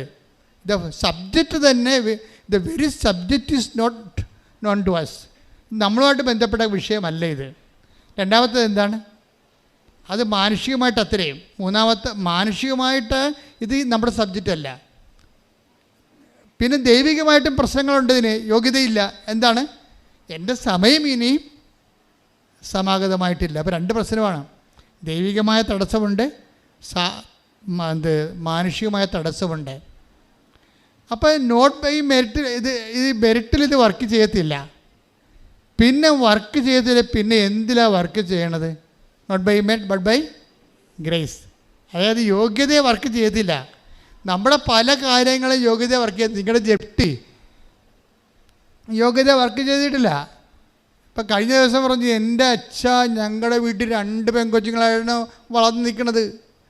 എത്ര കല്യാണക്കാരും വന്ന് ഒരു മനുഷ്യൻ വരികയില്ല. വന്ന കാണ്ടാമൃഗങ്ങളെല്ലാം മഴയത്ത് വരുമെന്ന്. അതെന്താണെന്നറിയാമോ? ഇവിടെ വീട്ടിൽ മഴയത്ത് വന്നാൽ കുഴപ്പമാണ്. ഇവർ പ്രാർത്ഥിക്കണത് പെണ്ണ് കാണാൻ ആരും മഴയത്ത് വരല്ലേ എന്നാണ്. കാര്യം വഴിയില്ല. കണ്ടവൻ്റെ വഴിയിൽ കൂടി വരണം. അവിടെ മുഴുവൻ വെള്ളമാണ്. അപ്പോൾ തുണി പൊക്കി പാൻസ് പൊക്കി നീന്തിയാണ് ചെറുക്കൻ പെണ്ണ് കാണാൻ വേണ്ടത്. 2 പ്രാവശ്യം പാൻസ് വെക്കുമ്പോൾ തന്നെ അവൻ ഈ കേസ് കെട്ട് അവസാനിപ്പിക്കും. അപ്പോൾ ഇനി കെട്ടത്തില്ലെന്നുള്ള ഉറപ്പായി. മെറിറ്റില്ല അവർക്ക്. അപ്പോൾ മെറിറ്റിൽ ഇത് വർക്ക് ചെയ്യത്തില്ല. കാര്യം വഴിയില്ല. ഉള്ള വഴി കണ്ടവൻ്റെതാണ്, അതുപോലെ വെള്ളവുമാണ്. അവൾ വന്നിട്ട് അമ്മയോട് പറഞ്ഞു, അമ്മേ വഴി വെള്ളമാണ്, അത് കണ്ടവൻ്റെ സ്ഥലമാണ്. എനിക്ക് 2 പെൺമക്കളുണ്ട്, ഞങ്ങൾ ഇതേ കൂടി എവിടെ കൊണ്ടുപോകാനാണ്? അവരുടെ മനസ്സ് ഇത്രയും നാൾ അവിടെ ജീവിച്ചിട്ടൊരു അഴിയില്ല. അവരെഴുതിയിട്ട് അമ്മയ്ക്ക് എന്തെങ്കിലും വഴിയുണ്ടെങ്കിൽ ചെയ്യും, എൻ്റെ മക്കളെ കെട്ടിക്കാതിരിക്കാൻ പറ്റുമോ എന്ന് ചോദിച്ചു. ഈ സാധനം ചോദിച്ചോളേ അവർ പോയി. 2 ആഴ്ച കഴിഞ്ഞപ്പോൾ ആ വീട്ടുകാരെല്ലാം തന്നെ മാനസാന്തരപ്പെട്ട് 12 മീറ്ററുള്ള വഴി റോഡിട്ട് കൊടുത്തിരിക്കണം അവിടേക്കും. അപ്പോൾ ഇതെന്ത് ചില കാര്യങ്ങൾ നമുക്ക് മെറിറ്റില്ല. ആ സാക്ഷ്യം ഇങ്ങനെ നമ്മൾ യൂട്യൂബിൽ കിടപ്പുണ്ട്, നമ്മളെ ഞെട്ടിച്ച് കളയും. കാര്യം ആളെ കയറി ആ സബ്ജക്റ്റ് കൈകാര്യം ചെയ്യണം. നിങ്ങളുടെ ബുദ്ധി എന്ന് പറയണത് ആളെ കൊണ്ട് ഈ ഫയലെടുപ്പിക്കണം. ഫയലെടുപ്പിക്കാൻ പറ്റുന്നതിന് വേണ്ടി നിങ്ങളുടെ മനസ്സ് സുവിശേഷ വിഹിതമായിട്ട് പുനഃക്രമീകരിക്കണം. എന്നിട്ട് ദൈവത്തിന് തോന്നണം ഇത് വയറ്റിപ്പഴപ്പ് മാത്രമല്ല, ജെന്യൂനായിട്ട് ദൈവത്തിൻ്റെ കൂടെ നിൽക്കും, ദൈവത്തിൻ്റെ സാക്ഷിയായി ജീവിക്കും എന്നൊക്കെ ദൈവം തോന്നിയാൽ ഫയൽ ഇന്നെടുക്കും. അല്ലെങ്കിൽ നിങ്ങൾ എന്ത് ആനുകൂല്യം എന്ന് പറഞ്ഞാലും സാധനം എടുക്കത്തില്ല. കാര്യം എടുത്തിട്ട് ദൈവത്തിന് പ്രയോജനമൊന്നുമില്ലല്ലോ. അപ്പോൾ ഇത് ഒപ്പിട്ട് കഴിഞ്ഞാൽ ഇതെല്ലാം ദൈവത്തിൻ്റെതല്ലേ. എല്ലാ തിന്മകളുടെയും തലയിൽ ചവിട്ടി നിൽക്കണതാണ് അമലോത്ഭവ മാതാവ് അല്ലേ, പാമ്പിൻ്റെ അവിടെ നിൽക്കണത്. അപ്പോൾ നിനക്കെതിരെ വരുന്ന എല്ലാ പാമ്പിൻ്റെ തലയിലും അവൾ ചവിട്ടും. അനാദികാലം മുതൽ രക്ഷകനെ വാഗ്ദാനം ചെയ്തപ്പോൾ അതിക്ക് മുമ്പ് തന്നെ പാമ്പിൻ്റെ തലയിൽ ചവിട്ടാതെ രക്ഷകനെ ലോകത്ത് കൊടുക്കാൻ പറ്റത്തില്ലെന്നറിയാം. അതുകൊണ്ടാണ് നിനക്കും സ്ത്രീക്കും തമ്മിൽ ഞാൻ ശത്രുത ഉളവാക്കുന്ന ഭംഗ്യം തരേണ സിംബോളിക്ക് വേലി പറഞ്ഞിരിക്കണം. എല്ലാ തിന്മകളും ഇവർക്ക് അധീനമാക്കി കളയും. അപ്പം നിനക്കെതിരെ നിൻ്റെ ജീവിതത്തിന് എന്തെങ്കിലും മേൽഗതിക്ക് വേണ്ടിയൊരു തിന്മകളുണ്ടെങ്കിൽ, ഇപ്പം നിൻ്റെ ഓഫീസിലായിരിക്കും, നിൻ്റെ പ്രൊമോഷൻ തടഞ്ഞു വെച്ചിരിക്കുകയായിരിക്കും, അല്ലെങ്കിൽ നിൻ്റെ സൂപ്രണ്ടാ, അല്ലെങ്കിൽ നിൻ്റെ ഡയറക്ടറാ, അസിസ്റ്റൻ്റ് ഡയറക്ടർ, ആരെങ്കിലും നിനക്ക് പണി തരാൻ വേണ്ടി മാത്രം ഇരിക്കണവരാകാം. ആ പാമ്പിൻ്റെയൊക്കെ തല അമ്മ ചവിട്ടി ഒതുക്കിയിരിക്കും, ചവിട്ടി കൂട്ടിയിരിക്കും. അപ്പം അതുകൊണ്ട് അങ്ങനെ ചവിട്ടിക്കൂട്ടാൻ വേണ്ടി തന്നെ നിൻ്റെ ശത്രുക്കളെ നിനക്കെതിരെ ചവിട്ടിക്കൂട്ടാൻ വേണ്ടി തന്നെ നിൻ്റെ അമ്മ ഈശോ പറഞ്ഞ വാക്കുണ്ട്, എന്താണ്? നിൻ്റെ ശത്രുക്കളെ നിനക്കും ചവിട്ടിക്കൂട്ടാൻ പറ്റും. എന്താണ്? നിൻ്റെ ശത്രുക്കളെ ഞാൻ ചവിട്ടിക്കൂട്ടണ വരെ നീ എൻ്റെ വലത് ഭാഗത്തിരിക്കണമെന്ന്. അതാണ് ഉടമ്പടിയുടെ ഭാഗമെന്ന് പറയണത്. Take the bed of God. നിൻ്റെ ശത്രുക്കളെ ലൂക്ക 20:43 ഞാൻ നിന്റെ ശത്രുക്കളെ നിനക്ക് പാദപീഠമാക്കുവോളം നീ എന്റെ വലതുഭാഗത്തിരിക്കുക. നിന്നെ ചവിട്ടിക്കൂട്ടാമെന്നവരെ നീ ചവിട്ടിക്കൂട്ടുന്ന ഒരു കാലമുണ്ടാകും. അതുവരെ നീ എൻ്റെ വലത് ഭാഗത്തിരിക്കാൻ, എന്ന് വെച്ചാൽ ദൈവസന്നിധി വിട്ടുപോകരുതെന്ന് കയ്യടിച്ച് ശ്രദ്ധിക്കട്ടെ. അപ്പോഴേ എനിക്ക് നിനക്ക് എൻ്റെ സമയം ഇനി സമാഗതമായിട്ടില്ലല്ലോ എന്ന് പറയുമ്പോഴേ മാനുഷ്യമായ ഒരു ഇമ്പിഡിമെൻസ് തടസ്സം ഇതിനുണ്ട്. അതുപോലെ തന്നെ ദൈവികമായ തടസ്സമുണ്ട്. എൻ്റെ സമയമായിട്ടില്ല. 2 യോഗ്യതകളുമില്ല എന്ന് പറയും. മെറിറ്റില്ല, 2 മെറിറ്റുമില്ല. 2 മെറിറ്റുമില്ല എന്ന് പറഞ്ഞ് ഈ ആപ്ലിക്കേഷൻ അങ്ങോട്ട് റിജക്റ്റ് ചെയ്യും. കാനായിലെ കല്യാണത്തിലെ വിഞ്ഞിൻ്റെ ആപ്ലിക്കേഷൻസ് റിജക്റ്റ് ചെയ്യും. റിജക്റ്റ് ചെയ്യുമ്പോൾ ഇവളെ ആരാണ്? ഇവർ ബോധജ്ഞാനത്തിൻ്റെ സിംഹാസനമാണ്. അമ്മ ആരാണ്? അമ്മ ബോധജ്ഞാനത്തിൻ്റെ സിംഹാസനമാണ്. ഇങ്ങനെ മെറിറ്റില്ലാതെ ഒരു ആപ്ലിക്കേഷൻ റിജക്റ്റായി കഴിഞ്ഞാൽ അതിൻ്റെ അടുത്ത നടപടി എന്താണെന്ന് അമ്മയ്ക്കറിയാം. മെറിറ്റില്ലാത്ത, യോഗ്യതയില്ലാത്തതിന് പിന്നെ എന്താണ്? നോട്ട് ബൈ മെറിറ്റ് വർക്ക് ചെയ്യണം. പിന്നെ എന്താണ്? But by grace. പിന്നെ ഗ്രേസിലേ ഇത് വർക്ക് ചെയ്യത്തുള്ളൂ. കംപ്ലീറ്റ് ഗ്രാൻഡായിരിക്കും. ഒരു കാര്യം നമ്മുടെ കഴിവ് കൊണ്ട് നടന്നില്ലെങ്കിൽ ഓർക്ക് ദൈവത്തിലെ അത് നടക്കുകയില്ല എന്നുള്ളതല്ല, ദൈവം അത് നടത്തിക്കുമെന്നും ദൈവത്തിന് മാത്രമേ നടത്തിക്കാൻ കഴിയൂ എന്നുള്ളതാണ്. ശ്രദ്ധിക്കട്ടെ.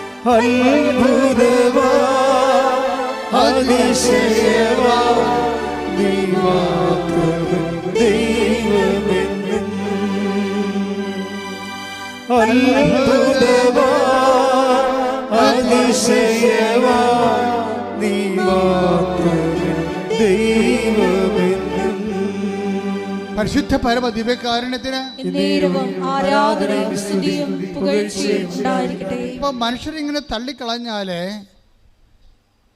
അടുത്ത നടപടി എന്താണെന്ന് അമ്മയ്ക്കറിയാം. പിന്നെന്താണ്, ഇത് യോഗ്യതയിൽ നമ്മുടെ കഴിവിൽ നിൽക്കത്തില്ല എന്നുണ്ടെങ്കിൽ പിന്നെ വർക്ക് ചെയ്യാൻ സാധ്യതയുള്ളത് കൃപയിലാണ്. പിന്നെ കൃപ ആക്ടിവേറ്റഡ് ആകാൻ, കൃപ അക്യുമുലേറ്റ് ചെയ്യാൻ, കൃപ പ്രൊഡ്യൂസ് ചെയ്യാൻ എന്ത് ചെയ്യണം? അതിനാണ് അമ്മ പറയണത്. കൃപ പ്രൊഡ്യൂസ് ചെയ്യാനുള്ള സൂത്രവാക്യമാണ് അവൻ പറയണത് പോലെ ചെയ്യുക. ഇതാണ് സംഭവം. നോട്ട് ബൈ മെറിറ്റ് വർക്ക് ചെയ്യണത്, ബട്ട് ബൈ ഗ്രേസിലേക്ക് വർക്ക് ചെയ്യണത്. നമ്മുടെ യോഗ്യത കൊണ്ട് നടന്നില്ല എന്നുണ്ടെങ്കിൽ പിന്നെ ദൈവത്തിൻ്റെ കൃപ കൊണ്ട് നടക്കത്തുള്ളൂ. ദൈവത്തിൻ്റെ കൃപ കൊണ്ട് കൃപ രൂപീകരിച്ച് വരാനും വളരാനുമുള്ള സൂത്രവാക്യമാണ് എന്താണ്? അവൻ പറയണത് പോലെ ചെയ്യുക. അപ്പം അവൻ പറയണത് എന്താണ്, അതെന്തെല്ലാം ചെയ്താലും കൃപ രൂപപ്പെട്ടുകൊണ്ട് വരും. മനസ്സിലായില്ലേ? അവനും പറയണത് എന്തെല്ലാം, അതെന്തെല്ലാമാണ് അവൻ പറയണത് അതെല്ലാം. ഇപ്പം അതുകൊണ്ടാണ് നമ്മൾ സൗമ്യമായി പെരുമാറും, സ്നേഹത്തോടെ പെരുമാറും, ദേഷ്യം മാറ്റിവെക്കും, ക്ഷമ കൊടുക്കും ആൾക്കാർക്ക്, അങ്ങോട്ട് ചെന്ന് ചോദിച്ചിട്ട് സങ്കടങ്ങൾ ചോദിച്ചറിയും, നമുക്ക് പറ്റുന്ന പോലെ അവരെ സഹായിക്കും. അപ്പം അങ്ങനെ ഓരോ കാര്യത്തിലും ദൈവം എന്തെല്ലാം പറഞ്ഞിട്ടുണ്ടോ അതിനാണ് ദൈവം പറഞ്ഞത് അറിയാൻ വേണ്ടിയാണ് ഈ വചനം വായിക്കണത്. മനസ്സിലായില്ലേ? വചനം വായിക്കണത് എന്താണ്? കൃപ ജനറേറ്റ് ചെയ്യാൻ വേണ്ടി ദൈവം അവൻ പറയുന്ന പോലെ ചെയ്യണം. അവനെന്താ പറഞ്ഞതെന്ന് നമ്മൾ അറിയണ്ടേ? അതിനാണ് വചനം വായിക്കണത്. വചനം വായിക്കുമ്പോൾ നീ കർത്താവിൻ്റെ ആളാണെങ്കിൽ നിനക്ക് തന്നെ കർത്താവ് ആന്തരിക ബോധ്യങ്ങൾ നൽകിക്കൊണ്ടിരിക്കും, ഇന്നത് ചെയ്യാനും ഓരോരോ കാര്യങ്ങൾ.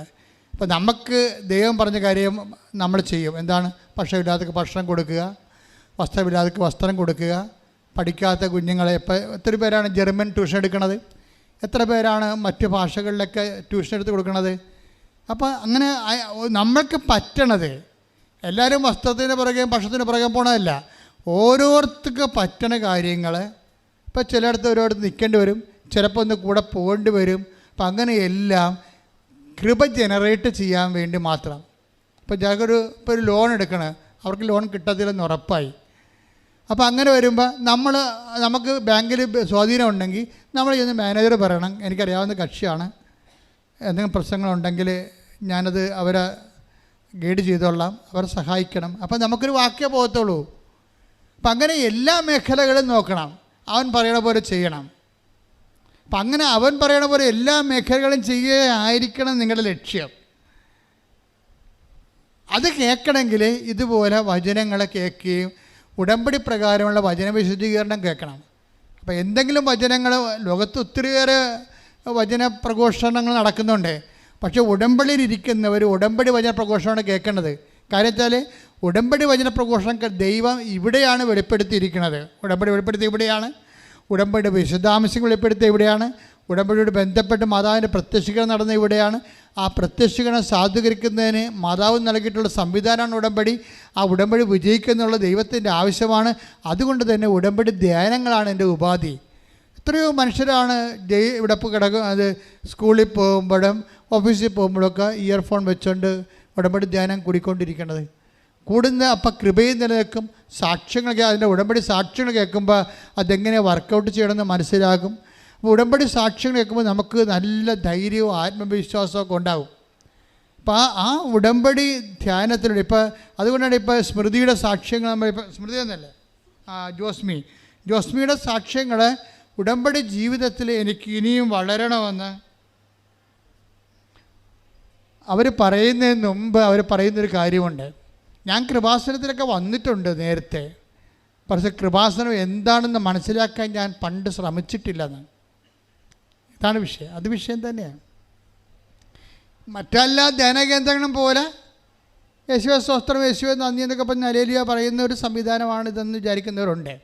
ആ തെറ്റാണെന്നല്ല ഞാൻ ഉദ്ദേശിക്കുന്നത്, അതൊക്കെ ഇവിടെ ഉണ്ട്. പക്ഷെ അതല്ല, കൃപാസനത്തിനെക്കുറിച്ചുള്ള ദൈവിക പദ്ധതിയുണ്ട്.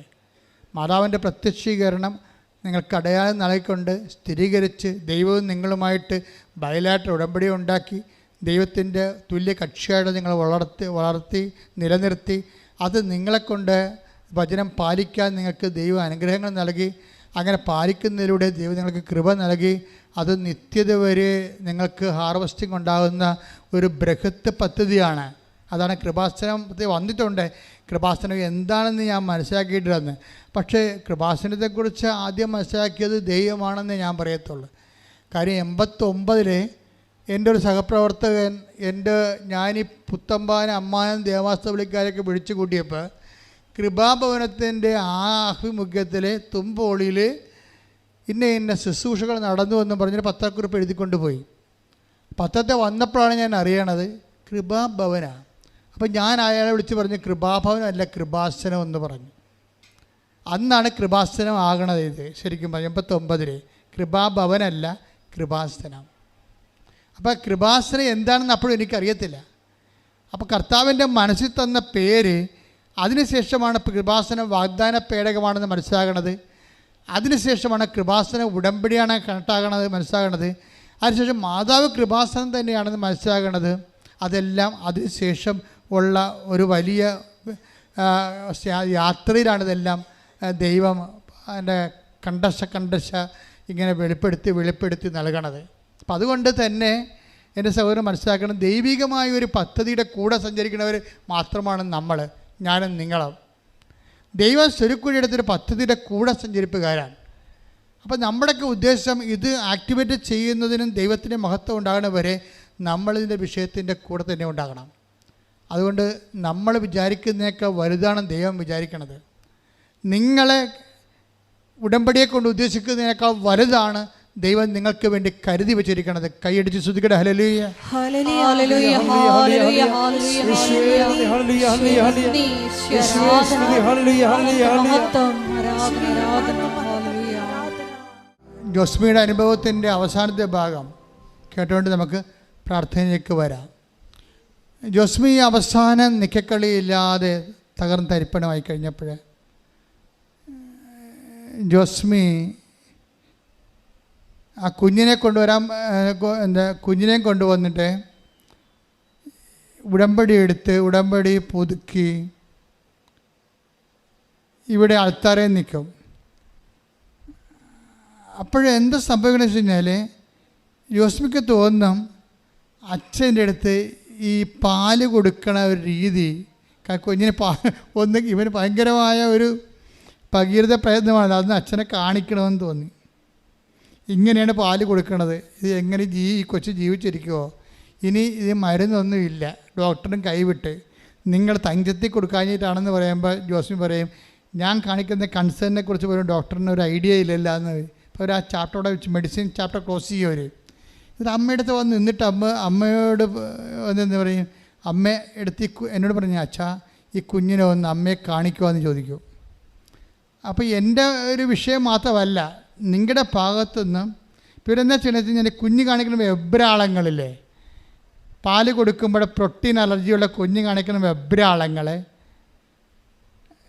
ആണ് ഈ ഉടമ്പടി ഈ മൊബൈലിൽ വീഡിയോ എടുത്തിരിക്കണത്. അപ്പം ഞാൻ എന്താ ചെയ്യണമെന്ന് വെച്ച് കഴിഞ്ഞാൽ ഞാനിത് ഈ വെബ്രാളം കണ്ട കുഞ്ഞിനെ എടുത്തിട്ട് ഞാൻ അങ്ങനെ തന്നെ ഇവിടെ വന്നിട്ട് അമ്മയെ കാണിക്കും. നിങ്ങൾക്ക് തോന്നേ, ഞാനൊരു പഠിക്കണ കാലത്ത് തന്നെ ഞാൻ കോളേജിൽ യുക്തിവാദ സംഘടന ഉണ്ടായിരുന്ന ആളാണ്. എനിക്ക് ആ വിഷയം യുക്തിപരമായിട്ടാണ് ഞാൻ വിഷയങ്ങളെ പണ്ടും കണ്ടുകൊണ്ടിരുന്നത്. ഈ വിശ്വാസം എന്ന് പറയണത് ഒരു ലെവൽ കഴിയുമ്പോൾ അത് കംപ്ലീറ്റ് യുക്തിയുടെ മേഖലയിലേക്ക് പ്രവേശിക്കും. കാര്യം എന്താണ്? അപ്പൻ ദൈവവും നമ്മൾ തമ്മിലുള്ള ബന്ധമാണ് എൻ്റെ യുക്തി എന്ന് പറയണത്. ആധ്യാത്മികയുടെ യുക്തി എന്ന് പറയണത് അത് യുക്തി തന്നെയാണ്, അല്ല വിശ്വാസമല്ല. ദൈവവും നമ്മളും തമ്മിലുള്ള ബന്ധം. ഞാൻ പറയും അമ്മേ, വേറൊരു അമ്മയാണ് ഈ കിടന്ന് ഈ കൊച്ചിന് 2 കൊല്ലമായിട്ട് തകരണത്. ഇതിങ്ങനെ കാണിക്കും ഞാൻ രൂപത്തെ. അപ്പം ചിലരൊക്കെ പറയില്ല ഇതൊക്കെ എന്താ ഈ രൂപമാണ്, രൂപത്തെ ഇത് കാണിക്കണം, വിഗ്രഹാരാധനല്ലേ, മണ്ണാങ്കണ്ട. അവന്മാർക്കൊക്കെ ഒരു ബോധമില്ല, അറിവില്ലെന്ന് ഞാൻ പറയത്തുള്ളൂ. അറിവില്ലാതെ കുറേ അണ്ണന്മാർ അത് ആനകൂനെന്നൊക്കെ പറയും. വിശ്വാസമുള്ളവനെ സംബന്ധിച്ചിടത്തോളം ജ്ഞാനപരമെന്ന് പറയണത് ദൈവത്തോട് ആത്മബന്ധത്തിൻ്റെ ഭാഗമായിട്ട് ലഭിക്കുന്ന വിവേചനമാണത്.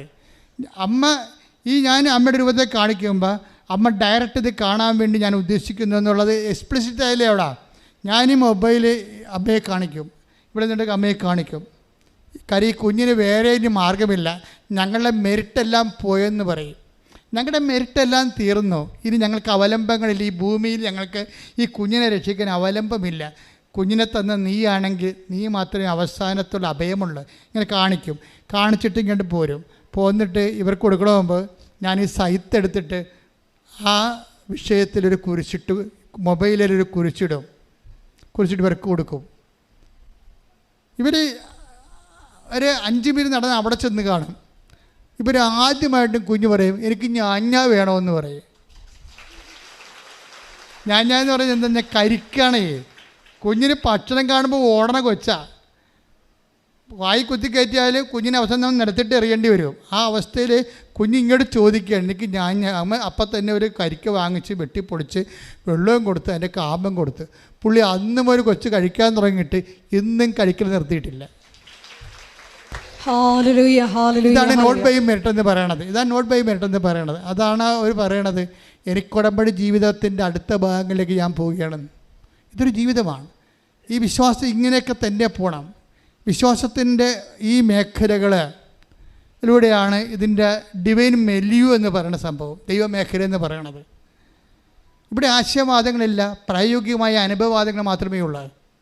ഈ പ്രായോഗിക അനുഭവവാദങ്ങൾക്ക് വേണമെങ്കിൽ നിനക്ക് വിശ്വാസക്കളവരി ദൈവസ്നേഹം ഉണ്ടാകണം.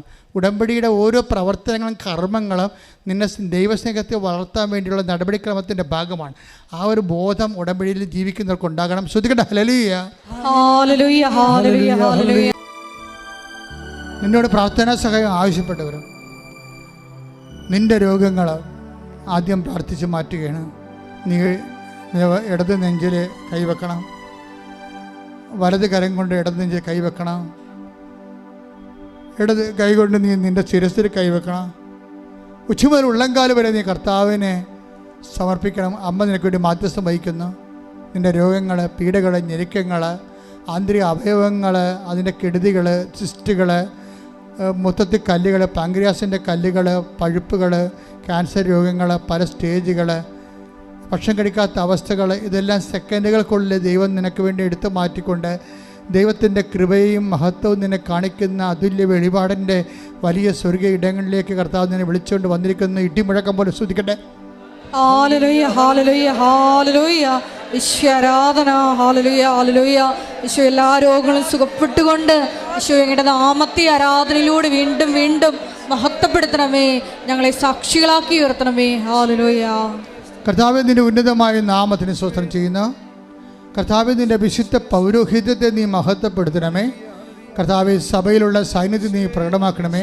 38 വർഷം ഞാൻ അർപ്പിച്ച കൃപാനയുടെ യോഗ്യതയാൽ, കൃപാസ്ഥാനത്താറെ ജീവനോടെ പ്രത്യക്ഷപ്പെട്ട മാതാവിൻ്റെ പ്രത്യക്ഷ ശക്തിയാൽ, ഈ അൾത്താരയിൽ നടന്ന 10,000-കണക്കിന് ആരാധന ശക്തിയാൽ ഉച്ച മുതൽ ഉള്ളംകാല് വരെ ഇവിടെ പ്രാർത്ഥിക്കുന്ന ഓരോ മകൻ്റെയും ആന്തരിക രോഗങ്ങൾ, ബാഹ്യ രോഗങ്ങൾ, ഓൺലൈനിൽ പ്രാർത്ഥിക്കുന്നവരുടെ മാരക രോഗങ്ങൾ യേശു ക്രിസ്തുവിന്റെ നാമത്തിൽ മാറിപ്പോകട്ടെ.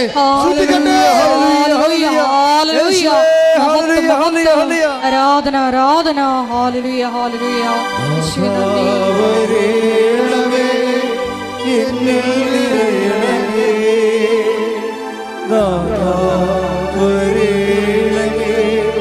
സൗഖ്യം നൽകണമേ, നാഥാവരേണമേ, എന്നിൽ നിറയണമേ, നാഥാവരേണമേ, സൗഖ്യം നൽകണമേ.